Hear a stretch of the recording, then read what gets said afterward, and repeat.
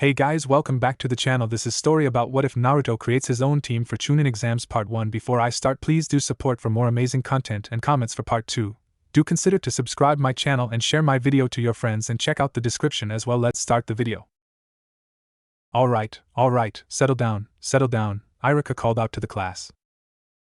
The incessant chatter continued. Taking a deep breath, Iruka then performed one of the few techniques he had enough experience in using that he didn't need seals to perform it. The lighting dimmed and the temperature dropped as Iruka's head grew to a ginormous size, and he screamed loud enough to knock several students out of their seats. I said settle down and shut your traps right now, demon head, Iruka yelled. Instant silence. Thank you, Iruka, now normally proportioned, calmly spoke. Congratulations to everyone for passing the academy exams and congratulations for making genin. Now, as you all know, all ninja in Konoha are assigned to teams, to balance and maximize the potential for our ninja forces. Which, of course, means all of you have been assigned into 3-man teams. Seeing how quite a few became very excited by this, Iruka merely cleared his throat and continued. Understand, some of you may be hoping for some of your friends to be on your team, and if that happens, great, but it doesn't always happen, and you may even wind up being placed with someone you rather wouldn't, while the ones you did want to team up with went to another team. So don't expect things to go your way just because. If you have a problem with being placed on a team, or your future teammates, Iruka paused to glare at them and invoke the demon head technique to half its power, you can always quit the ninja program and go crying home to your parents. Complete silence. Now, Iruka was all smiles again. I will call out the teams and the number, and when I call your name, merely acknowledge that you understand. So please don't make a fuss, as it will just drag this whole process on longer and longer, alright? Good. Now then, Team 1. Hayabusa Ryu, Tenshin Kasumi, and Iruka almost hesitated as he noticed something a little odd about the pairing he just read out, but it was all done by the Hokage himself, there was no mistake about it. And Uzumaki Naruto. Your Jounin sensei will be Kanzaki Hayato. Team 2. Iruka continued to read off the teams, not really noticing, or caring about the hearts he had just broken. I don't get to team up with Sakura-chan. Sayo, well. At least Ryu isn't so bad, and Kasumi-hime never made fun of me or anything. Then again, she never really spoke to me before, and I always thought she was a snob because she's the princess of the Mugen Tenshin clan. Could have been worse. Shiver could have been Sasuke team. Now that I would raise a stink over. Naruto thought. I won't be on Naruto-kun's team. A quiet and timid Hinata sighed to herself in the back of the room. Uzumaki? Could have been worse. Ryu grinned to himself, before thoughts turning to his other teammate. Hihei, Kasumi-hime's on my team. Hihei. Hayabusa is a loyal retainer. He will not disappoint, Kasumi debated her teammates silently. Uzumaki loudmouth, class clown, was rumored that he failed, but performed some service last night that automatically qualified him as a genin. Surprising. Could have been worse, I suppose. At least it's not Shiver Ain. And I was supposed to be on Kasumi-chan's team. It's not fair, a purple-haired girl sitting just behind the clan princess fumed. Her name was Mugen Reidu Ain, a sworn retainer of the Mugen Tenshin clan of Konoha. She was also a bit obsessed with the idea that she was and would be Kasumi-hime's royal bodyguard. Thus she was highly upset that she was separated from the one person she was duty-bound to protect, at least in her mind. As the teams were rattled off and the numbers began to thin, Iruka finally made it to the last few teams. Team 7. Haruno Sakura, Mugen Ain, and Uchiha Sasuke. Later on, once the teams were publicly announced, most everybody balked at that particular matchup, partly because it was a bit screwed up with 2 girls and 1 guy instead of the other way around, another because Sasuke was known as the last Uchiha, but mostly because all 3 were known to have volatile personality quirks. In other words, most knew right off it was a team made to fail. And the following announcement just cemented it for most: Yu Jounin sensei will be Hatake Kakashi. Team 8.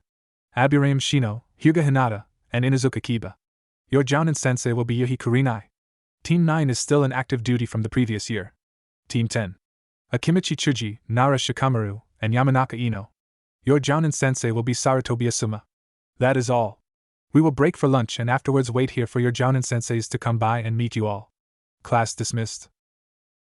With that, the year's latest graduating class of the Konoha Ninja Academy exited the halls as students for the last time. The next time they entered this room, it would be as shinobi of Konoha. 1 hour later. Geez, all that trouble, beating up and defeating Sasuke, when nobody even saw me do it, transforming into him, actually getting Sakura-chan to talk to me, and I'm beat by a lousy glass of expired milk. Gotta say, my ninja career ain't starting off so great. Naruto morosely thought to himself as he sat and waited with all the other academy graduates for the Jounin senseis to arrive. Rather than place himself in his former seat, Naruto sought out, and of course asked to take the seat next to his new teammates. They silently agreed. For some reason both seemed a bit nervous, which confused Naruto. So what if it had taken him 3 times to pass the exam, and he did it via proxy in the end anyway? Nothing was going to get in the way of his dream. He was going to be a ninja, nothing was going to stop that, and above all else, he was going to be Hokage. He had absolutely no doubts about his future. Unfortunately, for the other members of Team 1, they were not quite so sure about everything. Team 1, Irika announced, your Jounin sensei, Kanzaki Hayato is here. Their first impression of their new sensei could be summed up in 3 words: total badass ninja. Hayato was a lean figure, standing just over 6 feet at rest, well-weathered skin, dark brown hair and dark eyes, which shone from beneath his forehead protector that he wore low over his eyes. His attire was very form-fitting, the black pants allowing for absolute freedom of movement and tucked securely into his steel-toed boots. At his waist, on his belt, they could see a standard Jounin weapons pouch and another holster that was longer and gave them impression of being some kind of weapon's hilt. He also wore a skin-tight sleeveless black shirt over his torso, and oddly enough, over that he wore a ripped and torn tunic, the sleeves torn off and the lower half ripped away. As he stood there before them, he crossed his arms, seemingly annoyed, and they noticed the fingerless gloves he wore, coupled with basic ninja gauntlets, or forearm protectors. Enough gawking, he growled at them after a full minute, let's go. I don't have time for games. Startled, all 3 of them jumped to their feet and obediently followed their new sensei out of the room, and then out of the building, then out into the village, then past the village, out of the village gates, and all the way to Training Area 11. Naruto was the only one not out of breath by the time Hayato finally stopped, though he'd started complaining about wanting to know where they were going back at the gates. Once they got there, Hayato stood before them and looked them all over, seeing what he had to work with. The one that immediately grabbed his attention was the short blonde kid with blue eyes, wearing an orange jumpsuit. Orange, for crying out loud. Still, he was the demon brat, as those on the council called him, and not even 2 days ago did he learn and perform the Kage Bunshin no Jutsu and defeat an experienced, though treacherous, Chunin. He was no doubt full of surprises, and the dopey look on his face was probably as much a disguise as it was misleading to the kid's potential. Next was the taller kid, who looked like he'd hit a major growth spurt recently, as he was taller than he looked like he should be, and too thin for his height. He had black hair, hazel eyes and a sun-soaked complexion. Also, unusual for a genin fresh from the academy, he was dressed like a serious shinobi, all in black with light armor, gauntlets, shin guards, and a full-face helmet that fit around his newly acquired forehead protector. Finally, he looked over the one that he'd been avoiding for last. Kasumi. Her pearly skin was absolutely flawless, her auburn red hair pulled back into a tight ponytail, and her brown eyes flashing with intelligence. She wore a kunoichi's tunic, bearing the colors of her clan proudly with a sky-blue cloth, lined with cloud-white seams. Her arms were left bare, though she had some shin guards over her legs along with a pair of white tights that covered everything, yet clung perfectly to her developing curves. On her feet she wore the standard sandal boots, and at her waist she bore her symbol of the leaf, which most normally wore as headbands to have the metal plate protect their foreheads, but she made it a very nice belt buckle in turn. All right, here's the deal, Hayato spoke to them, sounding gruff, serious, and apologetic too. You all passed the academy exams. What that means, all that means is that you have learned the basic skills, E-rank skills of being a ninja, and have the potential to become genin. That does not mean that you are genin yet. What? Naruto yelled. Why didn't they tell us this already? Ryu demanded to know. Kasumi was silent, as she began to suspect what this man was trying to tell them. There is one more test you must pass before you will truly be shinobi of Konoha. A survival test, if you will. But before we get to that, I believe it is better if we properly introduce ourselves. Hayato sat down on a nearby stump, propping his arm on his knees as he adopted the thinker's pose while looking at them. All right then, allow me to go first, he said after an awkward minute of silence. My name is Kanzaki Hayato. This will be my first time as a Jounin sensei provided you pass my test. I am a career ninja. I am not patient, I am very good at what I do, and I do not believe in fate, destiny, or any crap like that. I do, however, believe in consequences to people's actions. Your turn, Whiskers, he pointed at Naruto. All right. Naruto screamed, his excitement mounting. I'm Uzumaki Naruto, I like ramen.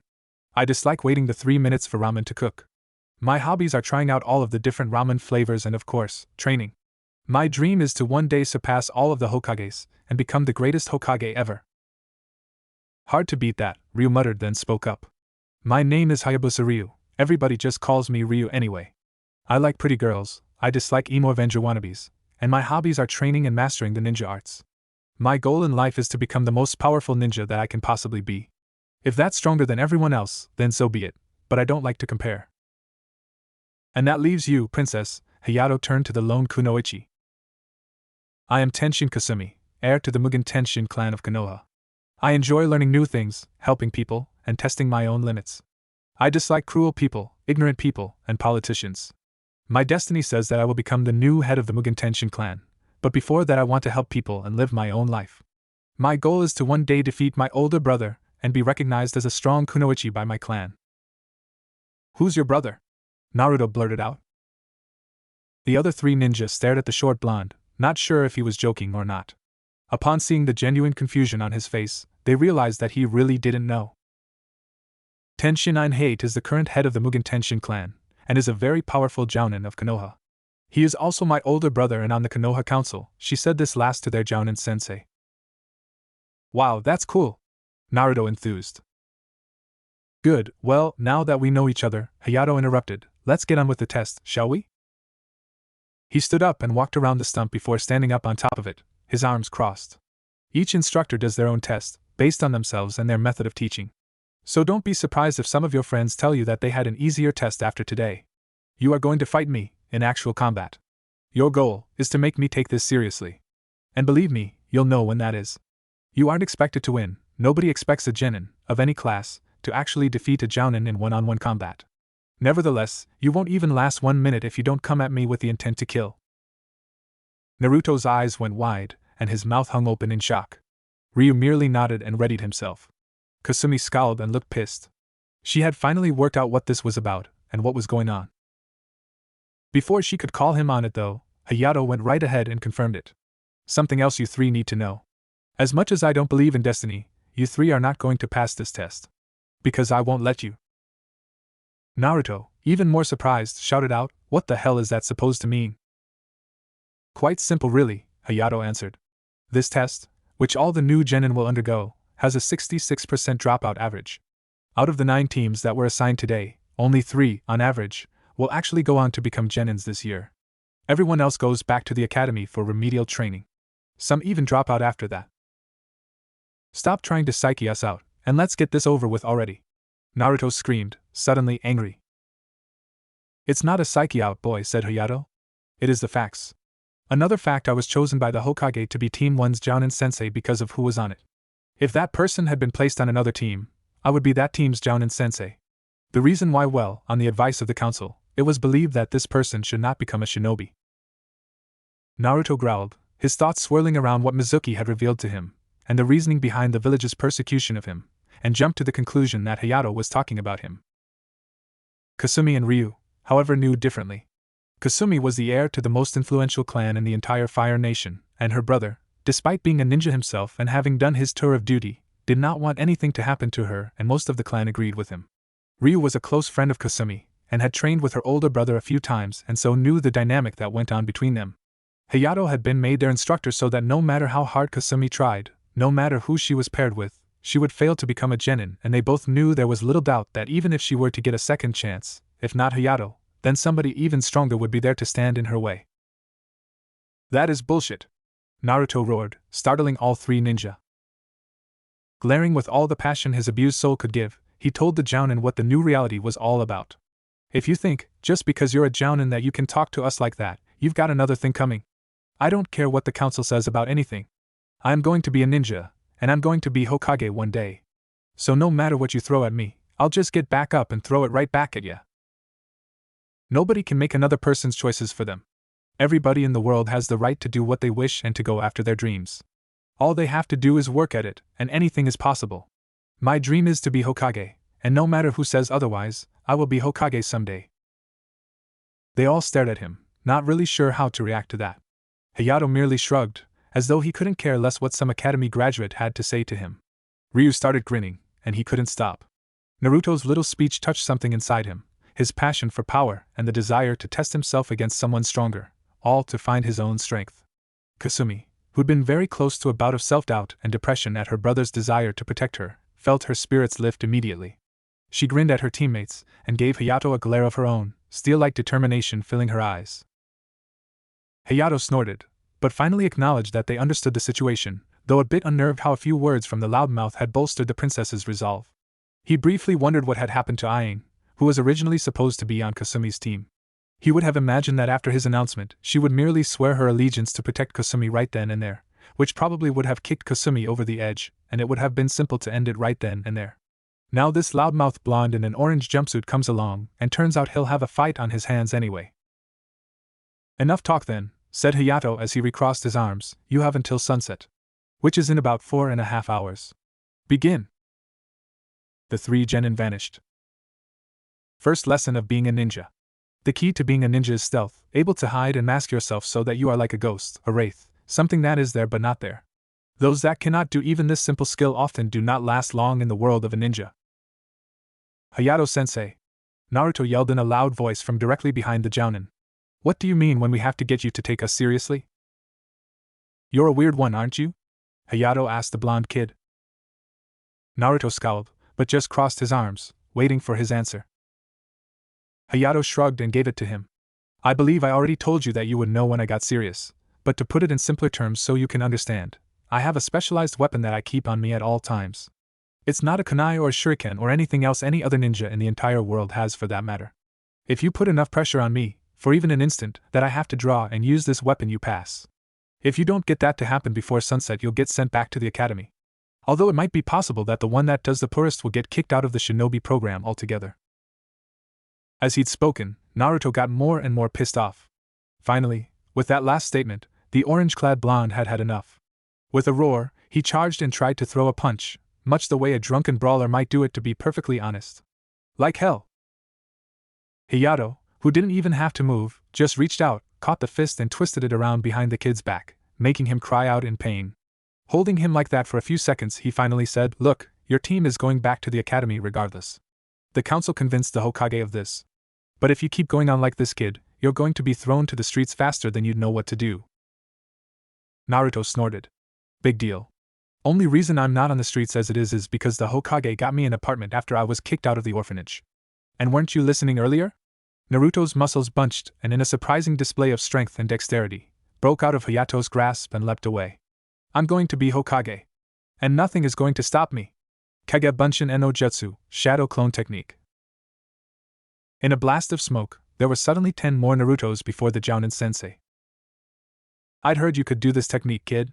Impressive, but not exactly making me sweat, said Hayato. Oh yeah? Well, try this on for size. They all shouted in unison, pulling out a pair of kunai and each throwing one of them while charging with the next. Hayato sighed, standing perfectly still as all 11 kunai impacted on his body, which then exploded in a cloud of smoke, revealing that the Narutos had only hit an ordinary log. Crud! Replacement technique. The clones all cried, all of them starting to look around for the Jounin. Suddenly, the real Naruto yelled as he felt a tug and found himself buried up to his neck in the solid earth. Hayato appeared above him and said, Doton, Shinjuzanshu no Jutsu, Earth Release, Inner Decapitation Technique. The clones all charged forward, but Hayato moved with unerring speed, punching each clone once, causing them to dispel, leaving Naruto alone. He glared impotently up at the Jounin, who merely crossed his arms and stood there waiting. Fine, wanna play hardball, huh? Naruto growled, drawing Hayato's attention. Just gotta reach there, he exclaimed, right before the ground around him exploded. Hayato was already a safe distance away and rolled his eyes. Figures that a rookie genin would think blowing yourself up is actually a valid or commonly used technique for ninja. Idiot. Hey Hayato-sensei, Naruto asked from right beside the taller ninja, were you talking about me earlier when you said that you were hired to stop one of us from becoming a ninja? Hayato, however momentarily startled, did not immediately react to the young ninja's presence, instead slowly turning to glare down at him from beneath his headband. Honestly? No. I was talking about Kasumi. Why did you blow yourself up, by the way? What are you talking about? The unblemished Naruto asked from beside him. The smoke from the explosion finally cleared, revealing a crater and nothing else. He's quick, Hayato muttered. Thanks, the clone barely had time to say before Hayato's fist tore through its skull, dispelling it. My turn! A voice shouted from above and behind the Jounin, in the trees. A blur of black sped forth, and half an inch from impact, the experienced Jounin vanished, leaving the newbie Genin holding a kunai to land in a heavy crouch where he once stood. Ryu dashed forward, aiming for Hayato's new location, striking out with blade and fist, only to have the older ninja casually dodge, duck, and weave around the expert strikes. After a few moments of this, Hayato finally uncrossed his arms, only to lash out with a strike of his own, sending Ryu careening back into the forest, knocking the wind out of him. Okay, that isn't gonna work, Ryu wheezed, trying to get his breath back as he picked himself up. Let's try again, he exclaimed, getting back to his feet and charging forward, as he noticed a dozen more of Naruto's clones coming in from the opposite side of the clearing. Excellent, I can use that as a distraction to land some heavy blows, he thought to himself. Hayato sighed. This didn't even count as a warm-up. He'd been bored, so he'd accepted a classified C-rank mission from the council, which turned out to be wasting one day fighting academy graduates and beating them up. Not exactly his idea of fun or training. Keeping his arms crossed, he kicked out with strikes so fast that the genin barely saw the blows. After, the clones had all been dispelled and both Naruto and Ryu had been knocked back, one on top of the other. So much for a distraction, Ryu grumbled. Get off me, dope. Hey! That's what Sasuke calls me, Naruto commented as he stood up and helped his fellow ninja to his feet. Ryu, upon hearing this statement, froze and grimaced to himself. Sorry. But you really are acting like a dope if you think charging and screaming your head off is gonna work, even if there are 100 of you. If Hayato-sensei sees any of us coming, we're splatter on the ground. Ryu apologized. Mind if I call you Naruto instead? Sure. Naruto grinned enthusiastically. Is it alright if I call you Ryu?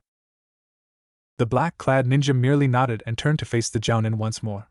Teammates should at least be close enough to call each other by their name, yeah?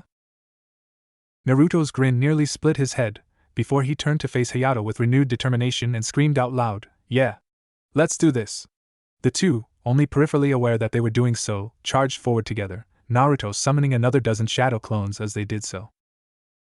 Hayato raised an eyebrow at this sudden development, briefly wondering if the two had banded together intentionally or purely out of convenience. Only time would tell. And maybe a few hard knocks from him too. Naruto, honestly not knowing any better, just put his fist forward, about 3 steps before he was even close to hitting him, as did all his clones, while Ryu struck from around the clones that surrounded them, trying first for a heel kick to trip him up. Hayato merely raised his foot, jumped up, and then spun around with enough force to vanquish all the clones, send Naruto flying back, dodge Ryu's attack, and upon landing send the black-clad genin flying off in the other direction. All done with a single move. Okay, not going to be easy, Ryu grunted as he got back to his feet. Damn it! Let's try that again. Naruto screamed, already on his feet and creating more clones. In the trees, hiding, Kasumi watched for several minutes as her teammates tried their best to complete this test, fighting their sensei as hard as they could until he finally admitted they had passed. She knew that he never would. He had all but admitted it to her. Her brother, who was on the council, who advised the Hokage on specific matters, had ordered that she not be allowed to become a shinobi. It was insulting. Naruto was right, she realized with startling clarity. No one, not even her brother, though he may even be the head of her clan, no one had the right to deny her what she wanted to do with her own life, especially becoming a shinobi. Steeling her resolve, she palmed several weapons and awaited her opportunity. It came sooner than she thought as the combination of Ryu and Naruto and his clones' attacks got their sensei to turn around so that his back was facing her current position. Seeing that the window of opportunity would not last for long, she did not hesitate to throw the full spread of shuriken she'd palmed, followed immediately by 3 Saban needles, those targeted for specific points on his body rather than just at the man. Dodging another flying tackle/punch from the kid in orange, Hayato's senses warned him of danger. He didn't have time or opportunity to make the seals for the Shunshin no Jutsu, or body flash technique. Since that required a couple moments to gather chakra and complete the technique, it meant he couldn't use it to avoid all damage here, so he did the next best thing. He jumped up really high. Ryu saw him leaping and tried to either stop him or follow after, but the Jounin's power was too great and the black-clad ninja couldn't quite keep up. Naruto, on the other hand, had a different idea. Drafting 2 of his clones, those that hadn't been taken out by Kasumi's shuriken that is, grabbed him and using all the strength they had, threw him up into the air like a catapult. Hayato saw this and smirked, preparing to strike the dumb blonde down to the ground. Right until he formed that damned cross seal, and suddenly there were another 20 shadow clones shooting right at him. Moments later they collided mid-air, Naruto leading with a punch as always and the clones throwing each other for kamikaze punches that did little more than bruise, if any damage at all. "Don't underestimate me," he screamed into the older man's face. He tried to throw another punch, but taijutsu wasn't exactly his specialty and Hayato easily blocked the attempt, grabbing the boy's wrist to lock it in place. "Don't overestimate yourself," the Jounin growled back, his gruff voice sounding menacing. Then he twisted around midair, still holding Naruto by the wrist, and used his solid body as a bludgeon to get rid of all the clones before throwing him straight down to the ground at full force. If he hit, there would undoubtedly be massive internal damage, possibly permanent. "Naruto!" Kasumi shouted, running out from her hiding place with a running leap. She felt terrible when her ambush had backfired and she'd wound up hitting his clones instead of her actual target, for a moment fretting that she might have hit the original. Thankfully, that had not been the case, and she allowed herself a brief moment of relief. Right up until Hayato had thrown the young ninja towards the ground from a very considerable height. Even now, the Jounin was only beginning to fall back to the earth. Acting rather impulsively for one such as her, she ran full tilt, and judging the trajectory, she leapt as high as she possibly could, aiming for Naruto's falling body and where he would soon be, in hopes of catching him before he hit and possibly died. Just as she jumped, out of the corner of her eye, she saw Ryu do the exact same thing, seemingly acting in perfect concert with her. It was odd, as they both caught their teammate together, and Naruto, almost like he knew they were there, twisted himself around suddenly and they grabbed each other's arms to arrest the other's movement, and better absorb the energy from Naruto's rapid descent. During that moment when their hands clasped, all three met the other's eyes and something insubstantial, yet immensely profound seemed to pass through them. Using quite a bit of acrobatics, they managed to all land on their feet without any broken bones and injuries more serious than a very mild case of muscle strain. They turned as one to face their opponent. Impressive, Hayato had to admit. Not really worth anything, but it was impressive. Maybe you three could join a circus after this. As I have told you, you aren't going to be ninja anytime soon. And in Naruto, "I am sorry," about Kasumi tried to apologize as she felt this was all her fault. He glared at her and held up his hand to stop her from saying any more. "Hayato-sensei already told me, he wasn't talking about me earlier. Your brother is trying to protect you, at least that's what he told Hayato-sensei, by keeping you from becoming a ninja," Naruto said. "I'm not as dumb as most people think. I know being a ninja is scary. I know it's dangerous. And I know it's certainly not easy, by any means. But I am going to be a ninja." Kasumi flinched back, the look in her teammate's blue eyes filled with something she thought of only as a childhood fairy tale, something whispered about and then laughed at. Kasumi saw the will of fire in Naruto's eyes, and it both frightened and exhilarated her. "I will become Hokage. And nothing is going to stop me from fulfilling my dream. But that's my dream. No one can take it away from me. What your brother is trying to do, good as his intentions are, is take your dream from you. The question is, are you going to let him?"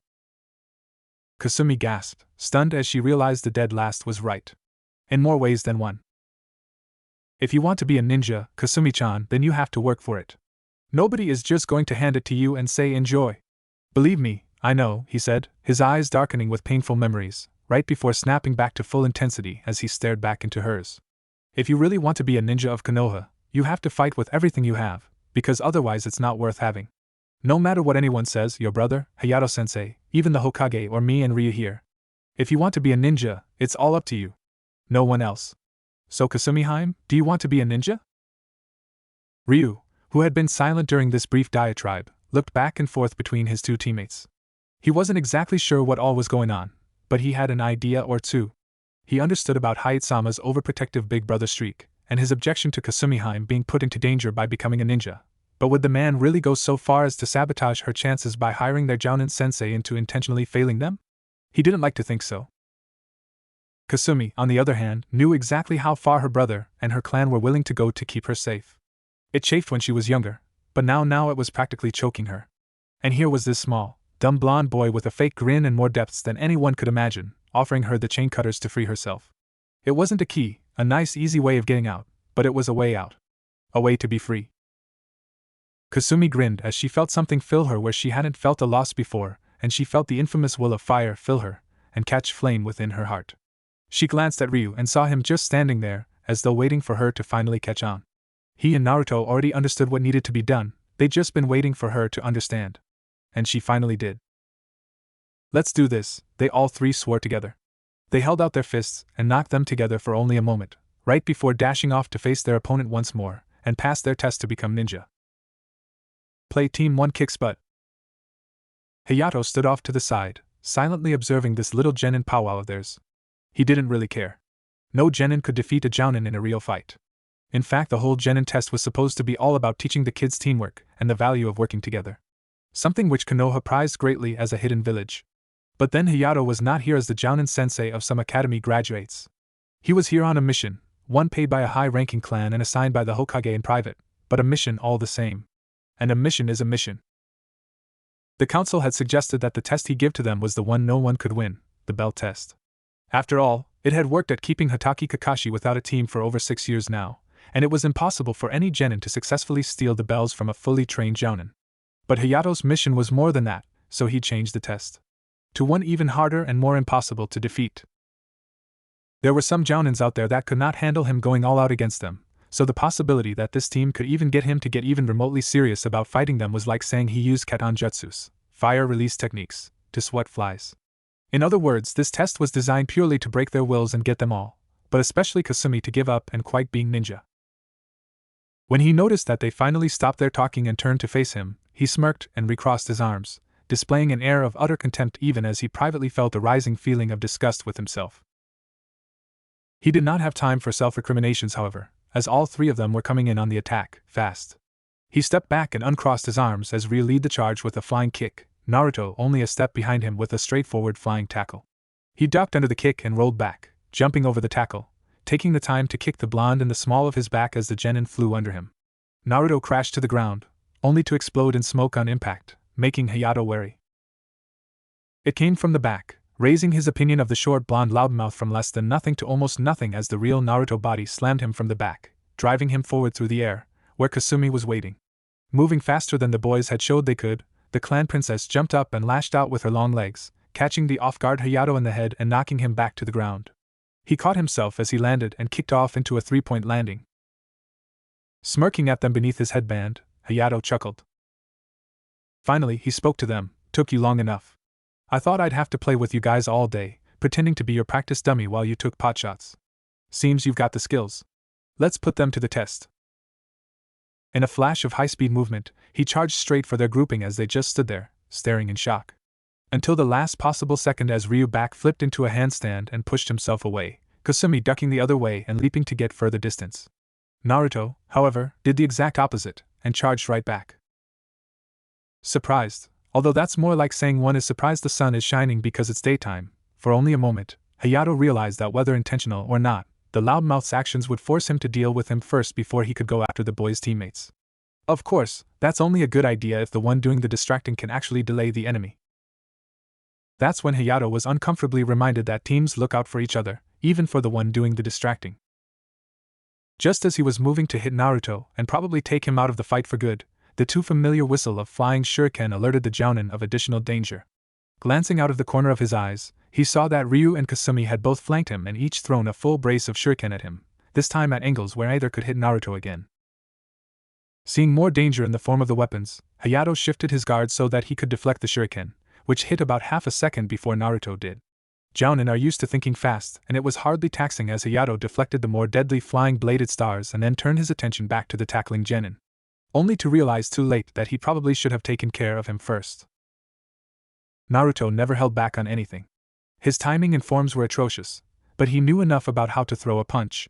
When he attacked, be it punch, kick, tackle, or whatever, you name it, he never held anything back.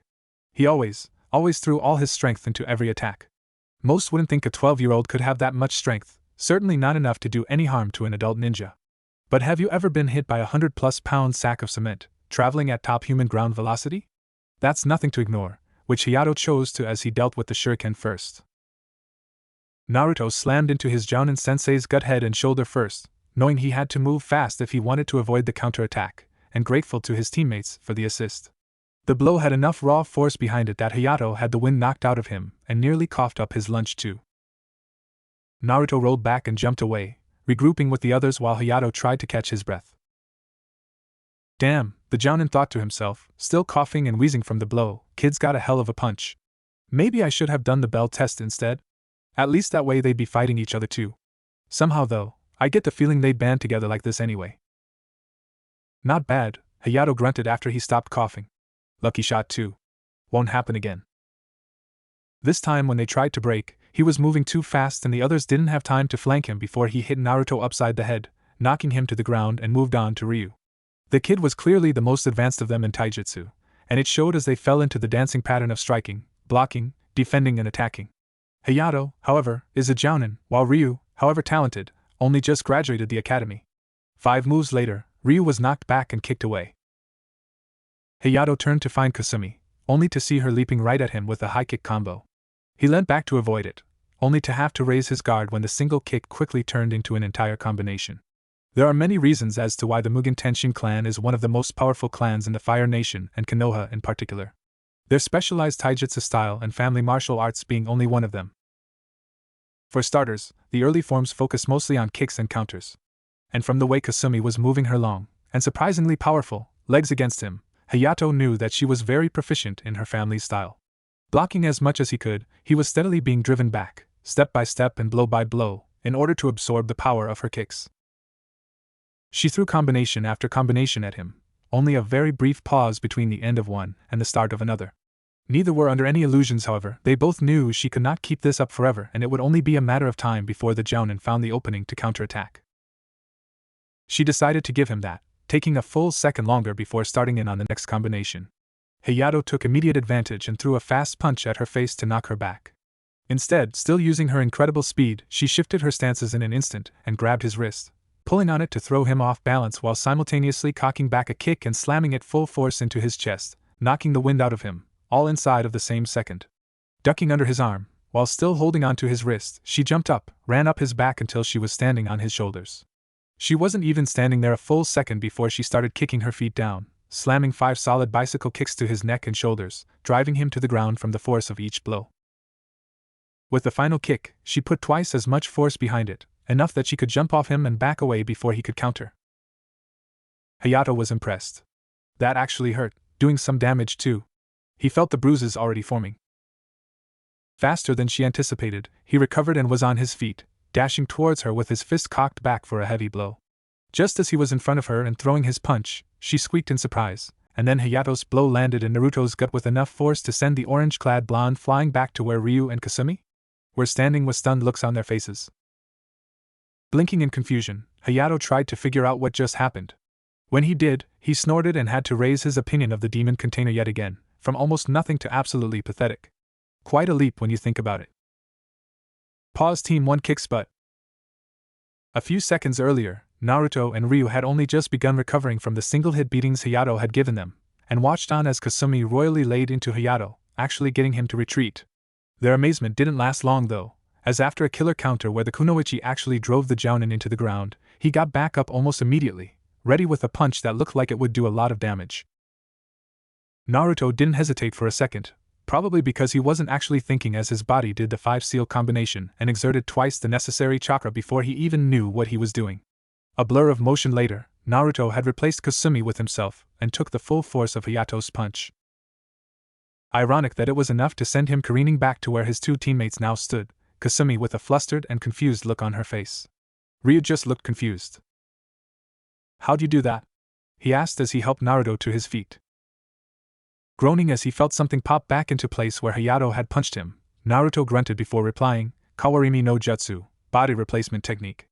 Although, I guess I might call it the Saka Kawarimi no Jutsu, reverse replacement technique. In this case," he chuckled, before wincing and clutching his chest. Something else popped back into place, but taking its time as it did so. "Naruto, why?" "I don't know what to say," Kasumi stuttered. Naruto shrugged, still wincing, but breathing easier now. At least nothing had been punctured, just dislocated or mildly fractured. "You don't have to say anything," Naruto replied. "Even if I turn out to be the worst here and get sent back to the academy, I'm not going to let this guy just roll right over us. I want to be a ninja more than anything, but I'm not about to see my teammates get hurt just for that. We all agreed, right? We're a team." "Hey," Ryu added his 2 cents, "we might only have been a team for a few hours, and I may not know Blondie here that well, but I know you well enough, Kasumi-heim, to understand what is probably going through your head right now. So don't think we're going to let you blame yourself for us being here with you. If you don't make genin, then none of us will. There's no such thing as a two-man team, no matter what they tell us. It's all or none. So he lied. Naruto's eyes narrowed as he glared over at their Jounin sensei. More like he wants us to work alone instead of together, Kasumi surmised. None of us can take him alone. Our only chance lies in teamwork and unit cohesion. Huh? Naruto turned a confused look on her. We have to work together, or we won't win, Ryu translated for him. That doesn't mean once we start working together that we'll win at all, but if we don't, we definitely won't win. Right, Naruto nodded his head, turning a glare back at Hayato. We have each done our best to strike at him individually, and even then, we have hardly done him any damage, Kasumi continued. We need better tactics. Ways of striking at him that will allow us to keep him under constant pressure. He's still playing with us, Ryu growled. He might no longer be standing still and letting us hit him, but he's not even trying to fight us. Naruto growled himself. Like the playground bullies, he hissed, remembering. More accurate than you can know, Naruto, Kasumi agreed. So what do we do? He asked. So far, we've been facing him on an almost one-on-one basis, she answered. Let's try something different. Naruto, make as many clones as you can. Don't attack with them, just leave them on the sidelines, so that they can support us or distract Hayato-sensei for us as needed. And please don't try that Sakakawarimi Jutsu, reverse replacement technique, anymore. We need you at full strength, and getting injured taking blows meant for us doesn't do the team any good. Or if you do it with a shadow clone, Ryu added.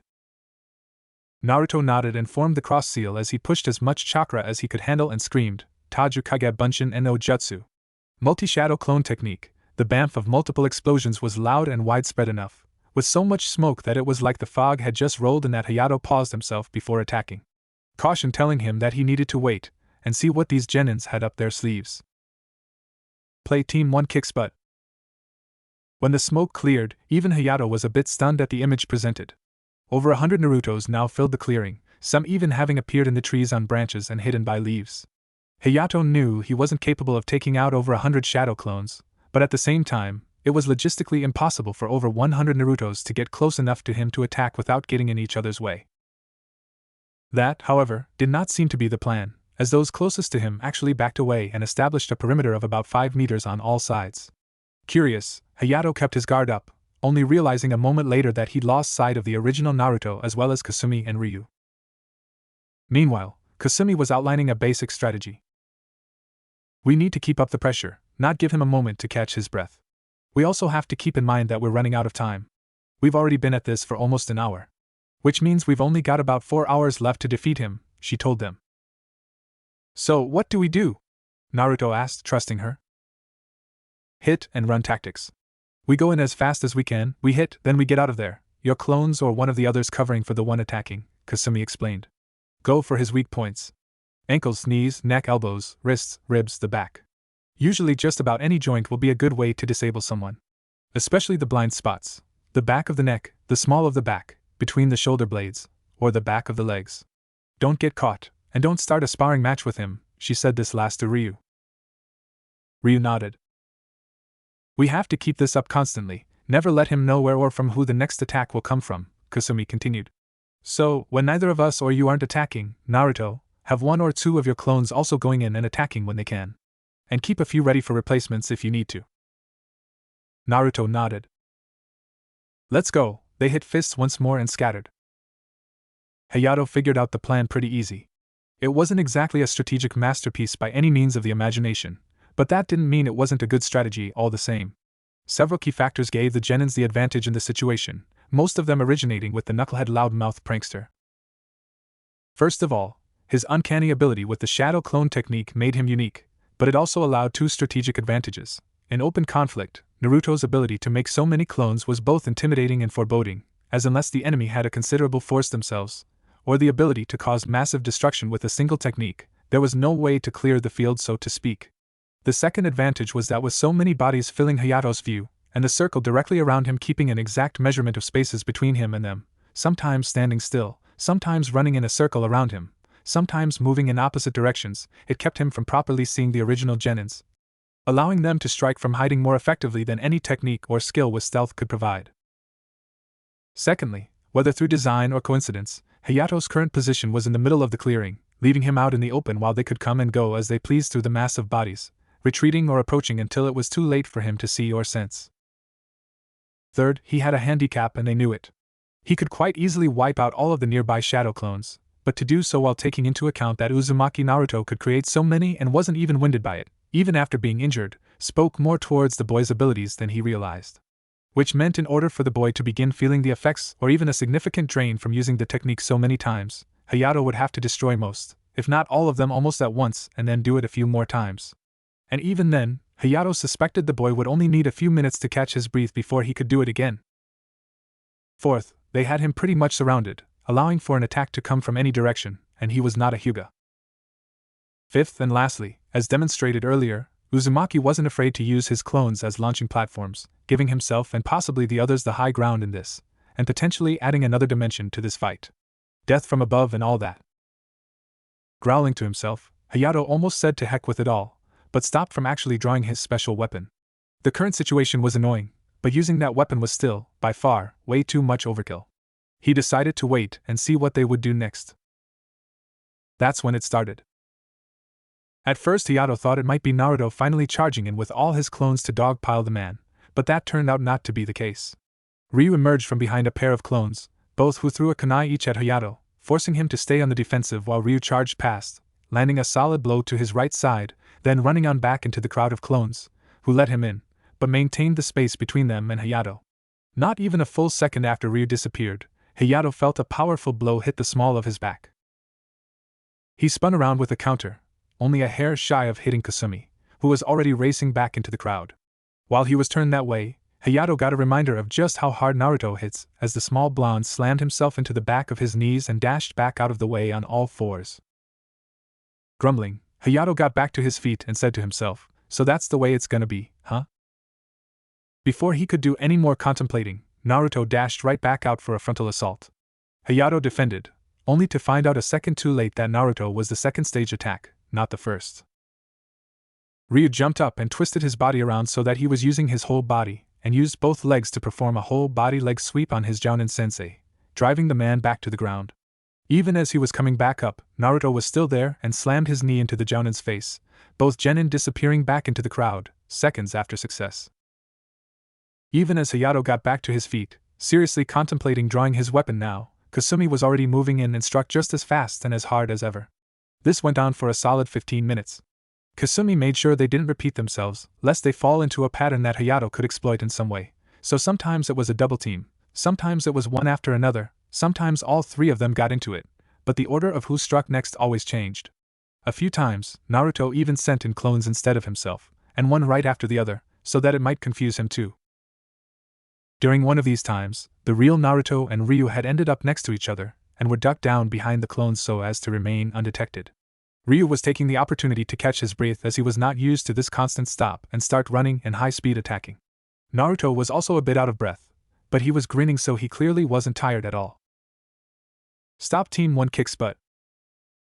How do you think we're doing?" Ryu asked his teammate in the brief moment of silence. "Are you kidding?" Naruto asked, keeping his voice down. "We're kicking his butt." "But he's still letting us. He's a Jounin, and he told you about that special weapon of his. Until he pulls that out, we're no closer to beating him. Remember, we have to make him take us seriously," Ryu pointed out. "Oh yeah," Naruto grumbled. "Well, how are we supposed to do that? I've goaded the ANBU loads of times and they only ever try and capture me, not kill me. Well, as far as I know." Ryu observed as Naruto trailed off, but put his mind to the task of how to put enough pressure on the Jounin sensei to make him go all out, even for a second. Or, at the very least, pull out his special weapon. Since he'd already pretty much told them about it, goading him and making derogatory remarks really won't do it, as he'd be expecting that and hold back on using it just to frustrate them. So, at this point, the only possible way would be to present enough of a threat, or annoyance, that he draws the weapon just to get rid of them. Ryu took a moment to look around them at all the shadow clones, most just standing there, waiting, tense, ready for action. He also remembered where Naruto had two of them throw him up like a catapult, and how he then created a dozen more mid-air, all with the same speed and trajectory that he himself had, creating a shadow clone blitz. Turning to the real Naruto, he asked, "Hey, why don't you have them helping us out? You've got enough of them." Kasumi said. Naruto started to protest. Sorry, not what I meant, Ryu shook his head. I mean, before, when you had them throw you into the air at Hayato-sensei, it was like you catapulted yourself at him, then you made a bunch more, all flying right at him.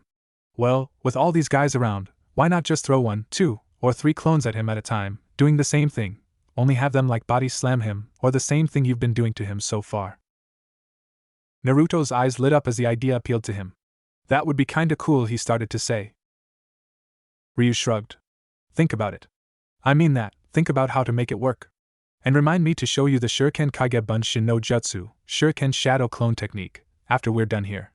It'd be scary if you and your shadow clones could do that one. Shuriken Kage Bunshin no Jutsu, Shuriken Shadow Clone technique? Naruto questioned. Yeah, Ryu nodded and explained. The Shuriken Kage Bunshin no Jutsu, Shuriken Shadow Clone technique, allows you to create a shadow clone image of a shuriken to attack an opponent. You can either throw a single shuriken and use the technique to create multiple shadows clones of it, or just a single shuriken and hide the other clones under its shadow. It's an A-rank technique. I read a scroll about it and I got someone to show it to me. Still can't do it myself, but if you can do the shadow clone technique, Ryu got a thoughtful look on his face. What are the seals? Naruto got excited. Here, Ryu then put his hands together and showed Naruto the seals while identifying them verbally. Ram. Rat. Bird. Boar. Tiger. But you have to throw the shuriken first. Then you channel the chakra into the shuriken while it's flying and replicate its form by creating a solid chakra matrix.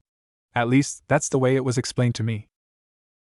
Naruto's sweat dropped at the unfamiliar terms, but scrunched up his face and thought. Incidentally, all the clones immediately around them got the same look on their faces as they too thought it over.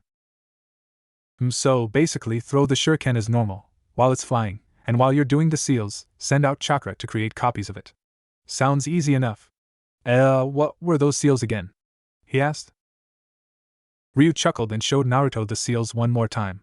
Then he realized that he needed to get back out there, as Kasumi and Naruto's clones had been doing most of the work for a few minutes now. In his wake, he left the real Naruto and at least 15 of his clones sitting there practicing the hand seals over and over again. One of the clones was even taking out a shuriken, tossing it up into the air, and trying the seals, channeling chakra as he did so, letting the weapon then fall to the ground, where, unfortunately, nothing happened. Cursing, he tried again. Play shuriken shadow clone. Meanwhile, Hayato was trying to thin the herd, so to speak. For the past few minutes, it had mostly been Naruto, or rather, Naruto's clones on the attack, but they'd been varying themselves. Going for his joints, his blind spots and general human weak points, a very different tactic than what he'd been doing from the start of the fight. He'd struck while he could, dispelling a clone at a time, but it wasn't making much difference. Kasumi had snuck in a few more hits, and Hayato knew that he'd have quite a few bruises where she'd kicked him repeatedly by the end of the day. Then, Ryu came back with a vengeance, apparently having used those few minutes to rest up, and was making up for lost time by striking twice as hard and just as fast. Growing irritated, Hayato tried once more to change his position, but the circle of clones kept up with him regardless, maintaining the open space of 5 meters, more or less. They were no longer just standing around either, all of them running in a constant circle and keeping in motion, and all of them, for at least 2 or 3 rows, were keeping an eye on him so as to match his movements. Back with Naruto, he was still practicing the seals, getting progressively faster with them, always making sure he had them right before continuing on. Around him, his clones were a bit less patient as they were all already trying to channel chakra into the technique while they made the seals. One was still just tossing the shuriken up in the air, doing the seals while channeling chakra, and then watching as it fell. Another 2 were trying to see if horizontal flight would make a difference. A few others were trying to make shadow clones of stationary shuriken, while others just focused on learning the seals and channeling the chakra correctly. After all, it was the same as making shadow clones, right? Only with a shuriken instead of his entire body, so that should be even simpler, right? One was even back in the forest where he created another 5 shadow clones, and each of them worked on target practice, throwing at imaginary targets on the trees, attempting the technique as it was originally intended, but all it resulted in was a single shuriken hitting the target. Well, sometimes hitting the target. Finally, the one that had been tossing the shuriken up in the air felt something shift, or rather, start to form. Frowning, he concentrated harder on what he was doing, and tried one more time, channeling the chakra as tightly as he could. This time, when he tossed the shuriken into the air, there was a brief shimmer, and then a flicker right before there was a small puff of smoke and a light gray dull shuriken appeared next to the real one, both succumbing to gravity and falling to the ground. Recognizing the signs, as when he'd first learned the shadow clone technique, His own clones had been similarly malformed. He felt a renewed kindling of excitement. At least this time he hadn't half exhausted himself and been burned by chakra burns. Although, he did feel he was still channeling too much chakra into the technique. He decided to concentrate harder. About 5 minutes after Ryu had first suggested the technique to him, Naruto had roughly 20 to 25 shadow clones, plus himself, working on trying to make it work. He was still aware of the ongoing fight, but about every other minute or so, the real Naruto would create another 30 shadow clones to fill in the ranks of those Hayato had managed to take out, on Kasumi's orders in fact. The whole reason she had him create so many shadow clones was so they could use the clones to hide and attack from every angle, and if they were limited by the starting amount, then eventually Hayato could wear them down until the strategy was no longer valid. So, to keep Naruto supplying their cover and additional support, she told him to rest and conserve his energy, only creating more clones when he no longer felt winded or drained. He'd been confused at her mentioning chakra drain, but he'd agreed and taken a breather, where Ryu had also rested for a bit. In fact, Naruto was feeling perfectly fine once more, after having sat in the grass for several minutes doing nothing but practicing the seals Ryu showed him, and creating 2 more groups of shadow clones to fill in the ranks. So, he probably should have gotten back into the fight, but he wanted to figure out this technique first. After all, if they were going to win this, they would need to really put some pressure on Hayato to get him to take them seriously. And what better way than a few new techniques to pull out of their sleeves? Plus, he still had his clones going in there to support Ryu and Kasumi as they did the hit and run thing, so it wasn't like he was abandoning them. After just over 10 minutes of practicing the seals, having gotten it so he could do them by just thinking of the technique in question, and complete it under 3 seconds too, Naruto was about to get up and start the next step, channeling chakra and practicing the technique, when he looked up and saw his clones were all at least a few steps ahead of him. In fact, every single one of them were able to create at least one shuriken shadow clone in their various methods of trying it out. They were also just as fast as he was in hand seal speed for the technique too. Blushing in embarrassment, Naruto stood up and was about to join a few of them when he and all the clones suddenly stopped and blinked. Turning around, they saw Hayato cutting a swath through the clones, apparently heading right for him, or more likely just trying to take out as many shadow clones as he could as quickly as possible. Naruto growled and created another 35 clones, and together, along with all the clones that had been practicing his new technique, all bum rushed the Jounin in an effort of stopping his progress. "Don't let him near the tree line," Kasumi shouted, right before Hayato punched his fist through the face of the nearest clone, which happened to be the one that had been tossing the shuriken up into the air and then letting it fall down. Naruto blinked, and then he and the others turned as they heard cries coming from the tree line and at least 10 more Narutos emerged, all of them throwing shuriken in efforts of stopping the Jounin's progress. It worked, for the moment, as Hayato was forced to jump back, where the chasing clones all tried to tackle him and basically dogpiled the Jounin. All of those clones shortly after exploded in white smoke as Hayato forcefully dispelled them, growling in extreme annoyance as he did so. Naruto stepped forward out of the new crowd and formed the cross seal, creating another 10 clones, even as the 10 from the forest arrived to back him up. Hayato growled, very annoyed now. "You know, I can see why the Ambu hate you so much now, kid. You are one of the most unpredictable knuckleheads I've ever heard about. Using the same technique over and over and over again is usually a sign of weakness in a ninja. But you just keep coming up with new and interesting ways to make it keep working," Hayato chuckled. "It's really annoying though," he growled, right before he formed a few hand seals in a blur, and the next thing any of them knew, there was a flash of movement and then a whole lot of explosions as shadow clones suddenly became endangered. Ninpu, Kyuhen Shunshin no Jutsu, ninja arts, flash technique, swift assassination style, Hayato pronounced once the smoke cleared. Naruto stood apart from Ryu and Kasumi, both who were hanging back with the last few remaining shadow clones, while their teammates stood before the Jounin, coughing a bit from the smoke. "Oh yeah," he shouted once he'd stopped coughing, "well, let's try out my new technique and see how you like it, huh?" Ryu grinned, thinking that he knew exactly what technique his teammate was about to pull off, but was surprised when Naruto didn't form the cross seal, instead pulling out a shuriken. Ryu's eyes went wide, thinking, "No way, you have got to be kidding me." Shuriken Kage Bunshin no Jutsu, Shuriken Shadow Clone Technique. Naruto shouted, then threw the shuriken at Hayato with surprising strength and accuracy. But the surprises were only just beginning as Naruto then flashed through 5 quick hand seals and the single flying shuriken was suddenly 10 flying shuriken. "Holy shit!" Ryu swore. Kasumi stared, her jaw dropping in amazement. Hayato just cursed and backflipped, dodged, and blocked or deflected as needed, being forced to retreat in the face of that many weapons. He knew the kid had learned the Kage Bunshin no Jutsu, Shadow Clone Technique, from the Forbidden Scroll a few days ago, but nobody mentioned him learning the Shuriken Kage Bunshin no Jutsu, Shuriken Shadow Clone technique. Having successfully dodged all but one of the flying projectiles, Hayato had to admit it, Naruto just went from pathetic to not bad at all, which is the same level of opinion that Kasumi and Ryu were still at. Still, Hayato mused as he fingered the real shuriken, which he had caught, not bad still isn't good enough. He threw the shuriken back to its owner, at roughly twice the speed, catching the genin off guard, as it slammed home into the kid's upraised arm. Blood was flowing out, squirting in small jets even, right up until the shadow clone dispelled in an explosion of white smoke. What the? Hayato was definitely surprised this time. Holy shit! Ryu cursed again. Did he just do that? Do what?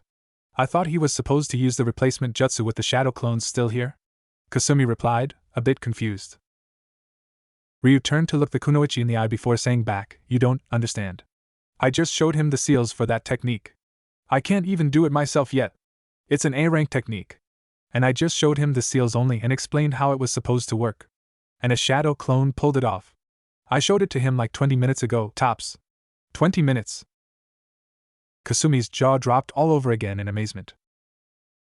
Hayato, overhearing this, allowed a momentary promotion to impressive in his opinion of Naruto. The tag stuck for a few more seconds as Hayato had trouble picking out the real Naruto amidst the remaining clones, entertaining the possibility the genin had even successfully hidden himself and all the remaining Narutos were clones.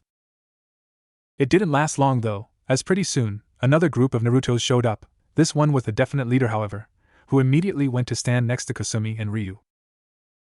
So, what do you think of my new technique, sensei? Naruto smirked, overconfident and mimicking Hayato's earlier pose by crossing his arms. In fact, why don't we show it to you again, just so you can better appreciate how awesome a Hokage I'm going to be someday. With that, all the clones bore feral grins, even the ones that had been around Ryu and Kasumi all this time, and drew forth what looked like all of their supply of shuriken, right before throwing all of them in Hayato's general direction. Moments later, with a flurry of hand seals and a loud cry of Shuriken Kage Bunshin no Jutsu, Shuriken Shadow Clone Technique, the air filled with flying blades of death. After a really quick head count, Ryu, Kasumi, and Hayato all determined there were roughly 50 to 60 clones, exact count coming to 57 clones plus the original, and then did some quick calculations. The average shinobi carried about 10 shuriken on them as part of the standard weapons package, not counting weapon specialists, or unique weapons such as Fuma Shuriken, or Giant Shuriken, and the like. Naruto seemed to carry twice that amount, and this carried over to his clones as well. So every clone in the group was pretty much guaranteed to have around 20 shuriken in his weapons pouch. While the real Naruto stood calmly by his team, every single one of the 57 clones pulled out all 20 shuriken and then threw them in Hayato's direction, followed very shortly by them duplicating every single shuriken by a 10-to-1 ratio. The results of this simple mathematical equation is that in the blink of an eye, Hayato now had roughly 11,400 shuriken flying at him in a wide spread. Hayato silently swallowed a bit heavier than normal and took a very deep breath. Naruto, in the space of an hour, had risen in rank, according to his Jounin sensei's opinion, from an absolute nothing to not bad with an impressive or two thrown in, and with this single technique and its unique application, had been further upgraded to dangerous. It only lasted for a breath of a second, but to a ninja, there is no higher compliment. Am I awesome or what? Naruto preened under the looks of ongoing shock his teammates were giving him, though he chose to interpret it as looks of awe rather than disbelief. Ryu chuckled at Naruto's attitude and replied, "You're something else all right, Naruto. Something else entirely. What about that other technique I suggested you work on?" Naruto's smirk lost some of the arrogance, and took on a more serious tone as he nodded to his teammate. "Well, I wanted to make sure I understood this one first, but I figured out how to make that work too.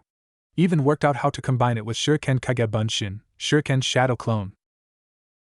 "I look forward to seeing that," Kasumi muttered, even as she stared back and forth between Naruto and the battlefield, where his clone's shuriken were still flying against their Jounin sensei. Seeing that he had mere seconds to either start dodging, blocking, or wait to be a pincushion, Hayato acted as quickly as he could. Sure that the blonde brat would have even more clones in the forest behind him, Hayato decided to make his defense here, rather than continue running. After all, it was time he showed these genins exactly what they were up against.